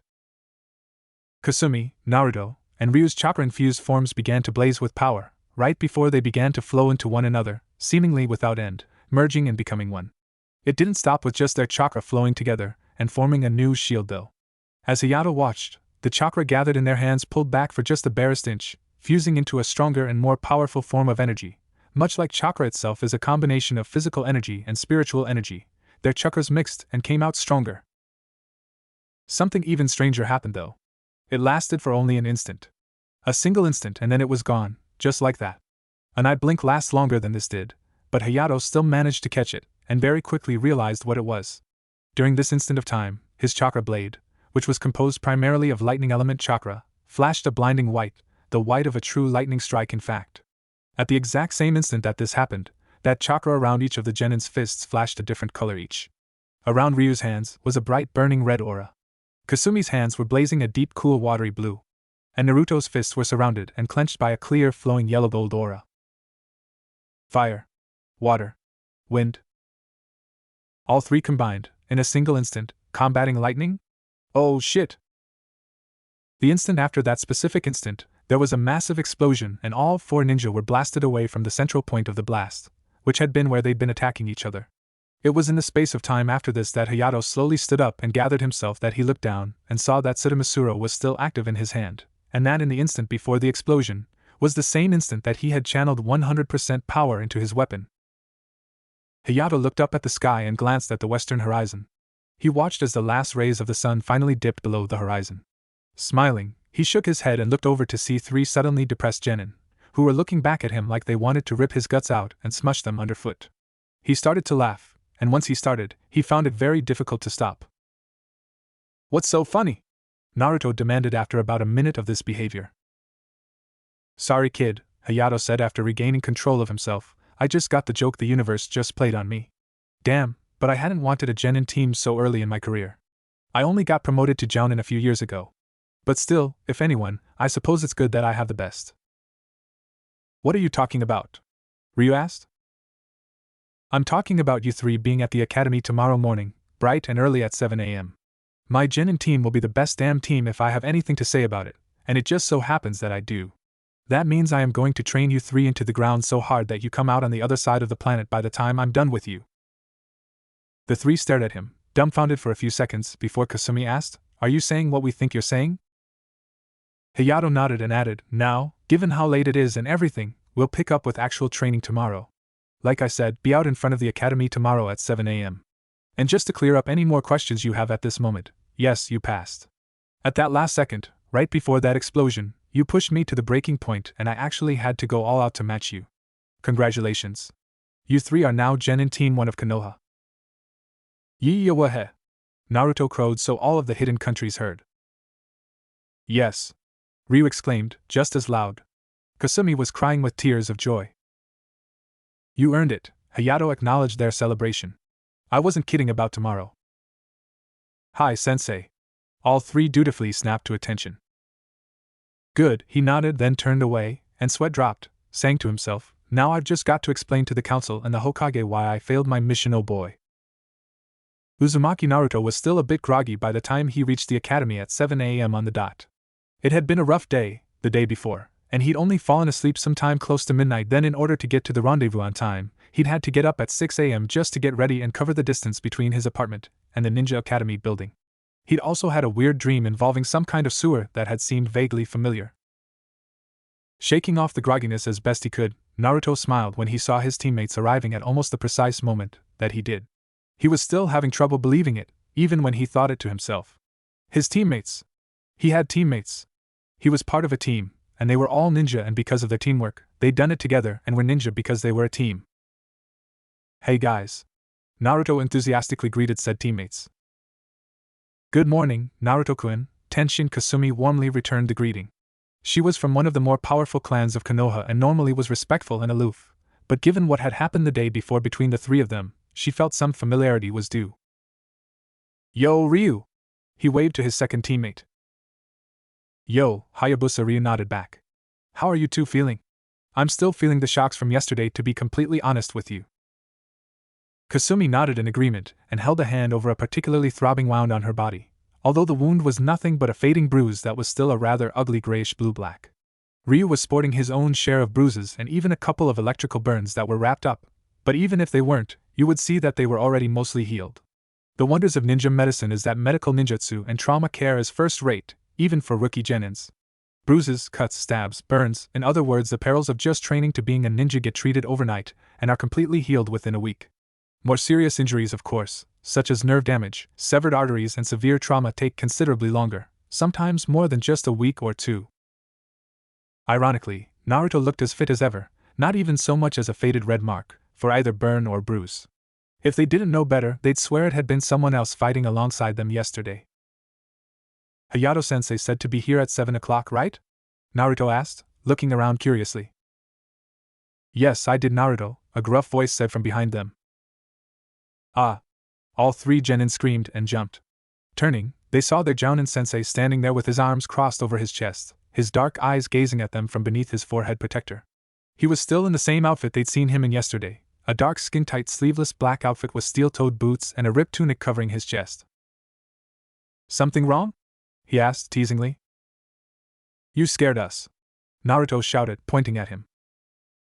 Then you need to pay closer attention to your surroundings, Hayato said. Good to see that you're all on time. That can be important in the path of a ninja. Before we begin with your actual training, we need to talk, the three of us. Talk? About what? Naruto asked. What happened yesterday, for starters, he said.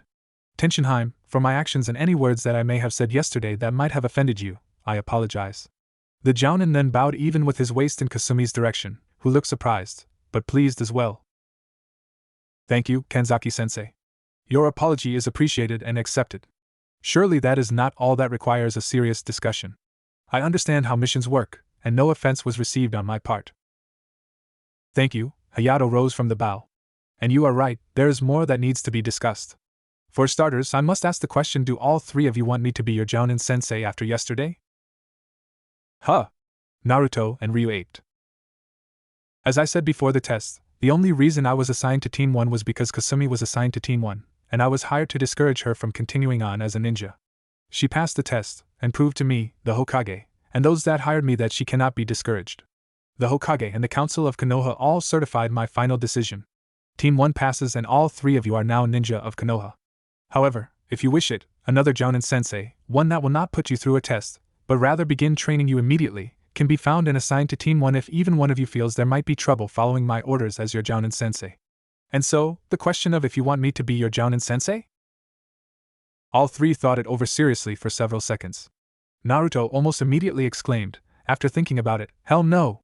We don't need no stinking replacement. Besides, I think it'll be more fun to repay all those bruises you gave us during future missions. I'm with Naruto, Ryu said after a minute. Even if they brought in the legendary Sannin and offered them to us, I'd rather learn what you have to teach us first. And besides, we earned it. Kasumi nodded along. I truly don't bear any grudge against you, Hayato-sensei. I feel that we were all put together for a reason, though that reason may not yet be apparent. I also get the feeling that you'd rather be our sensei anyway. We intrigue you, no? Hayato smirked, and just nodded his head once. Well then, the next thing to discuss is our training schedule and exactly what it is that you kids want to do, he said. What do you mean? Ryu asked.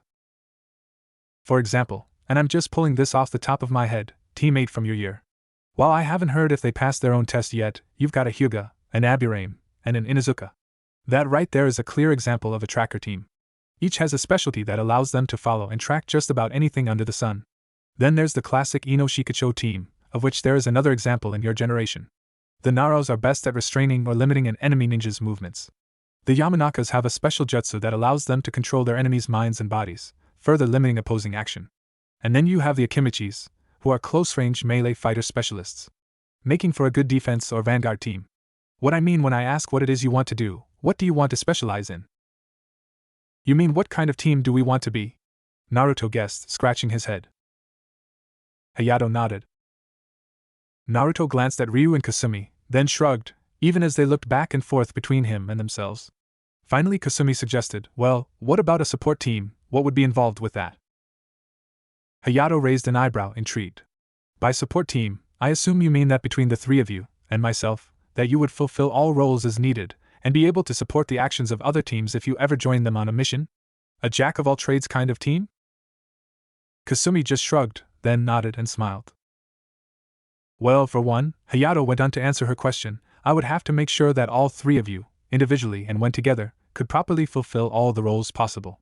That's not easy to do. And there are a lot more teams out there than just the two I mentioned, with trackers, containment teams, frontline specialists, medics, communication teams, battlefield support, and then there are ninjutsu specialists, genjutsu specialists, and then balanced teams where each member is a specialist in taijutsu, ninjutsu, or genjutsu.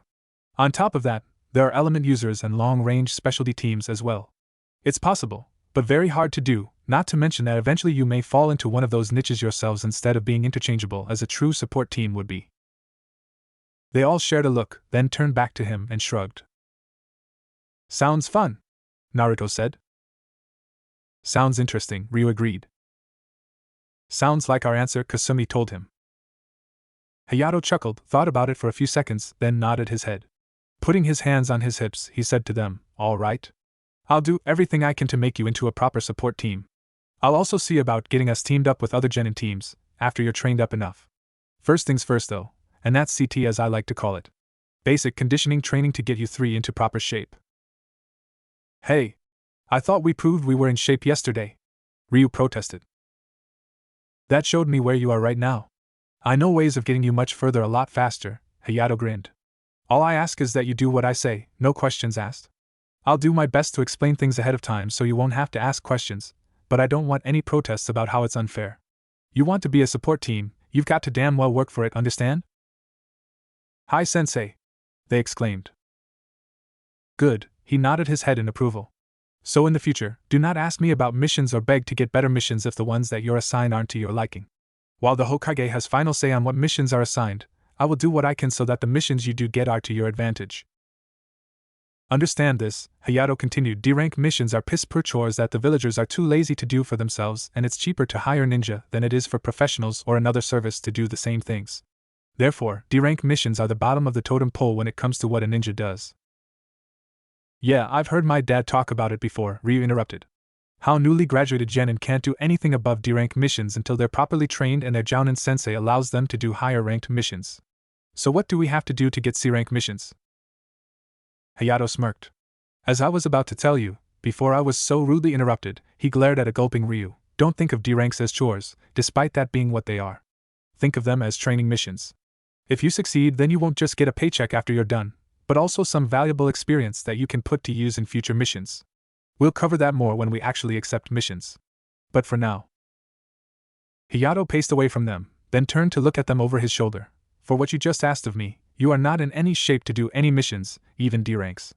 So, for the next week, we will be focusing on your CT, conditioning training. What? Ryu and Naruto screamed. Please explain, Hayato-sensei, Kasumi requested, looking a bit annoyed herself. He ignored them for the moment, if you meet my standards by the end of the training period at the end of this week, then the following week, we will begin doing training missions. On the other hand, if you do not meet my standards, and they'll be reasonable, then you have to wait another week before doing missions. If you have a problem with this, it's not too late for us to go to the Hokage and request a different jounin be assigned as your sensei. If you agree to this, there's no going back. Agreed? Naruto looked at Ryu, who looked back, then both looked to Kasumi.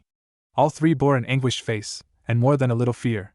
They each had doubts that they would not meet Hayato's standards and were afraid that they would never be allowed to prove themselves and do some real missions.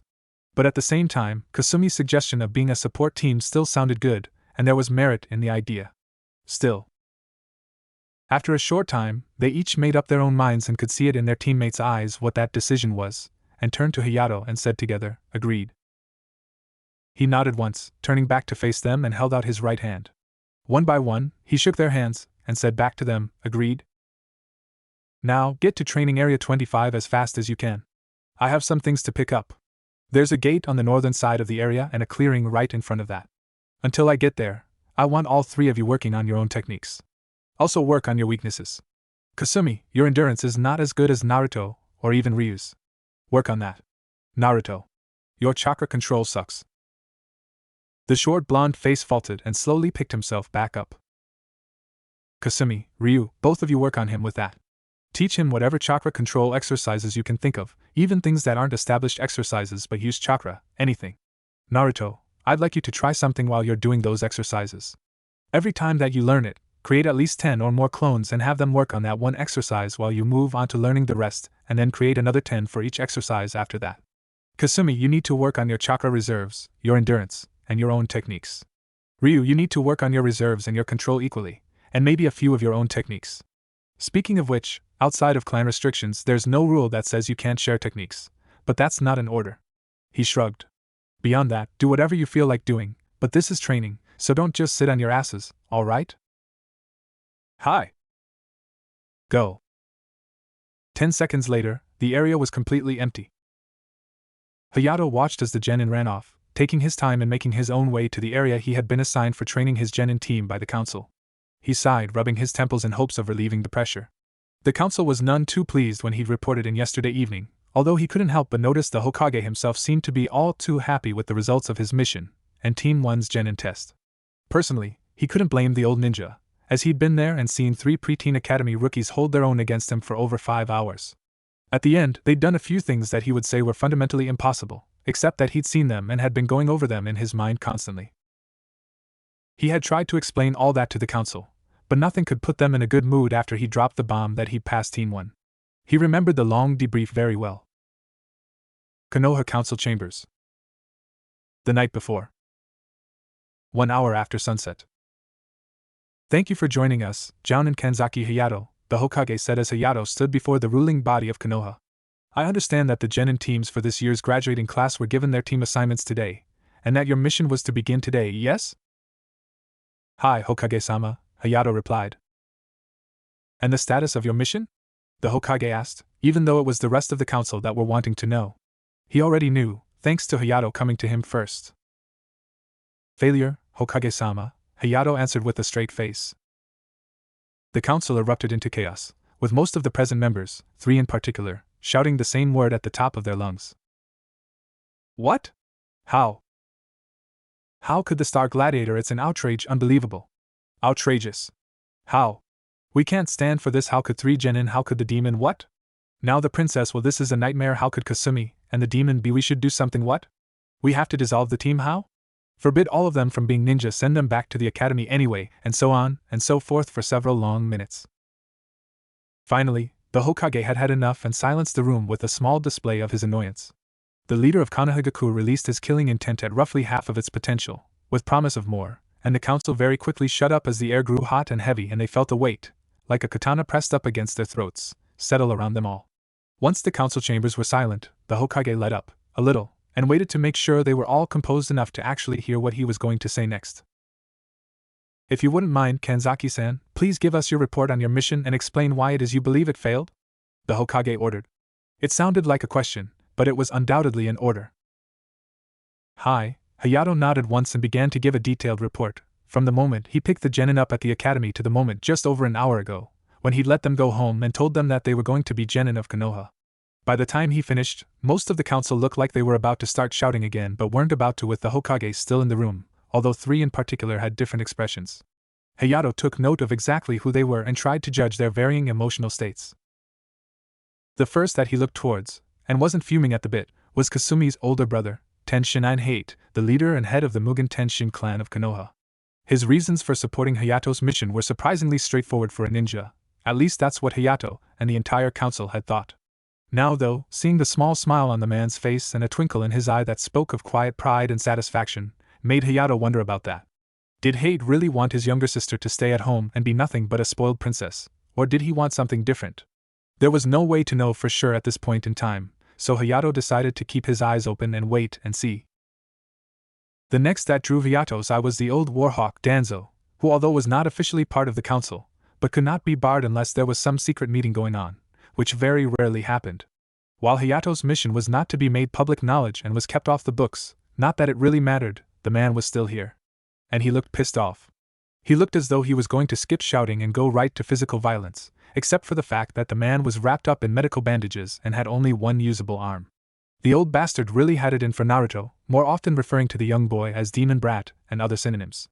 Hayato made note to never be alone anywhere with that man.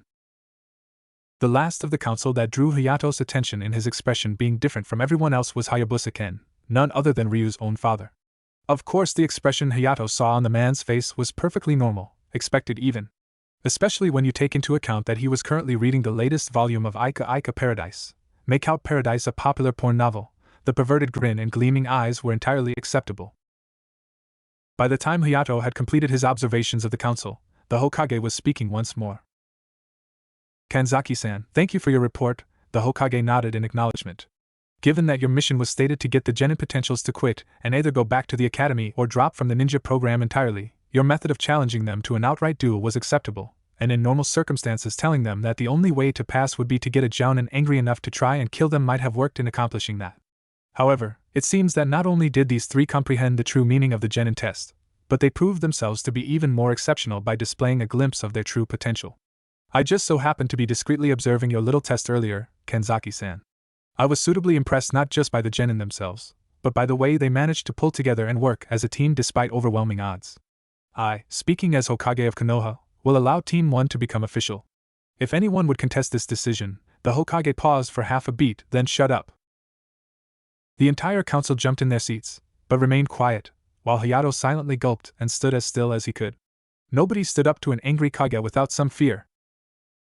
The power over Konoha's ninja force has always, and will forever remain with the Hokage, the old ninja lectured them all.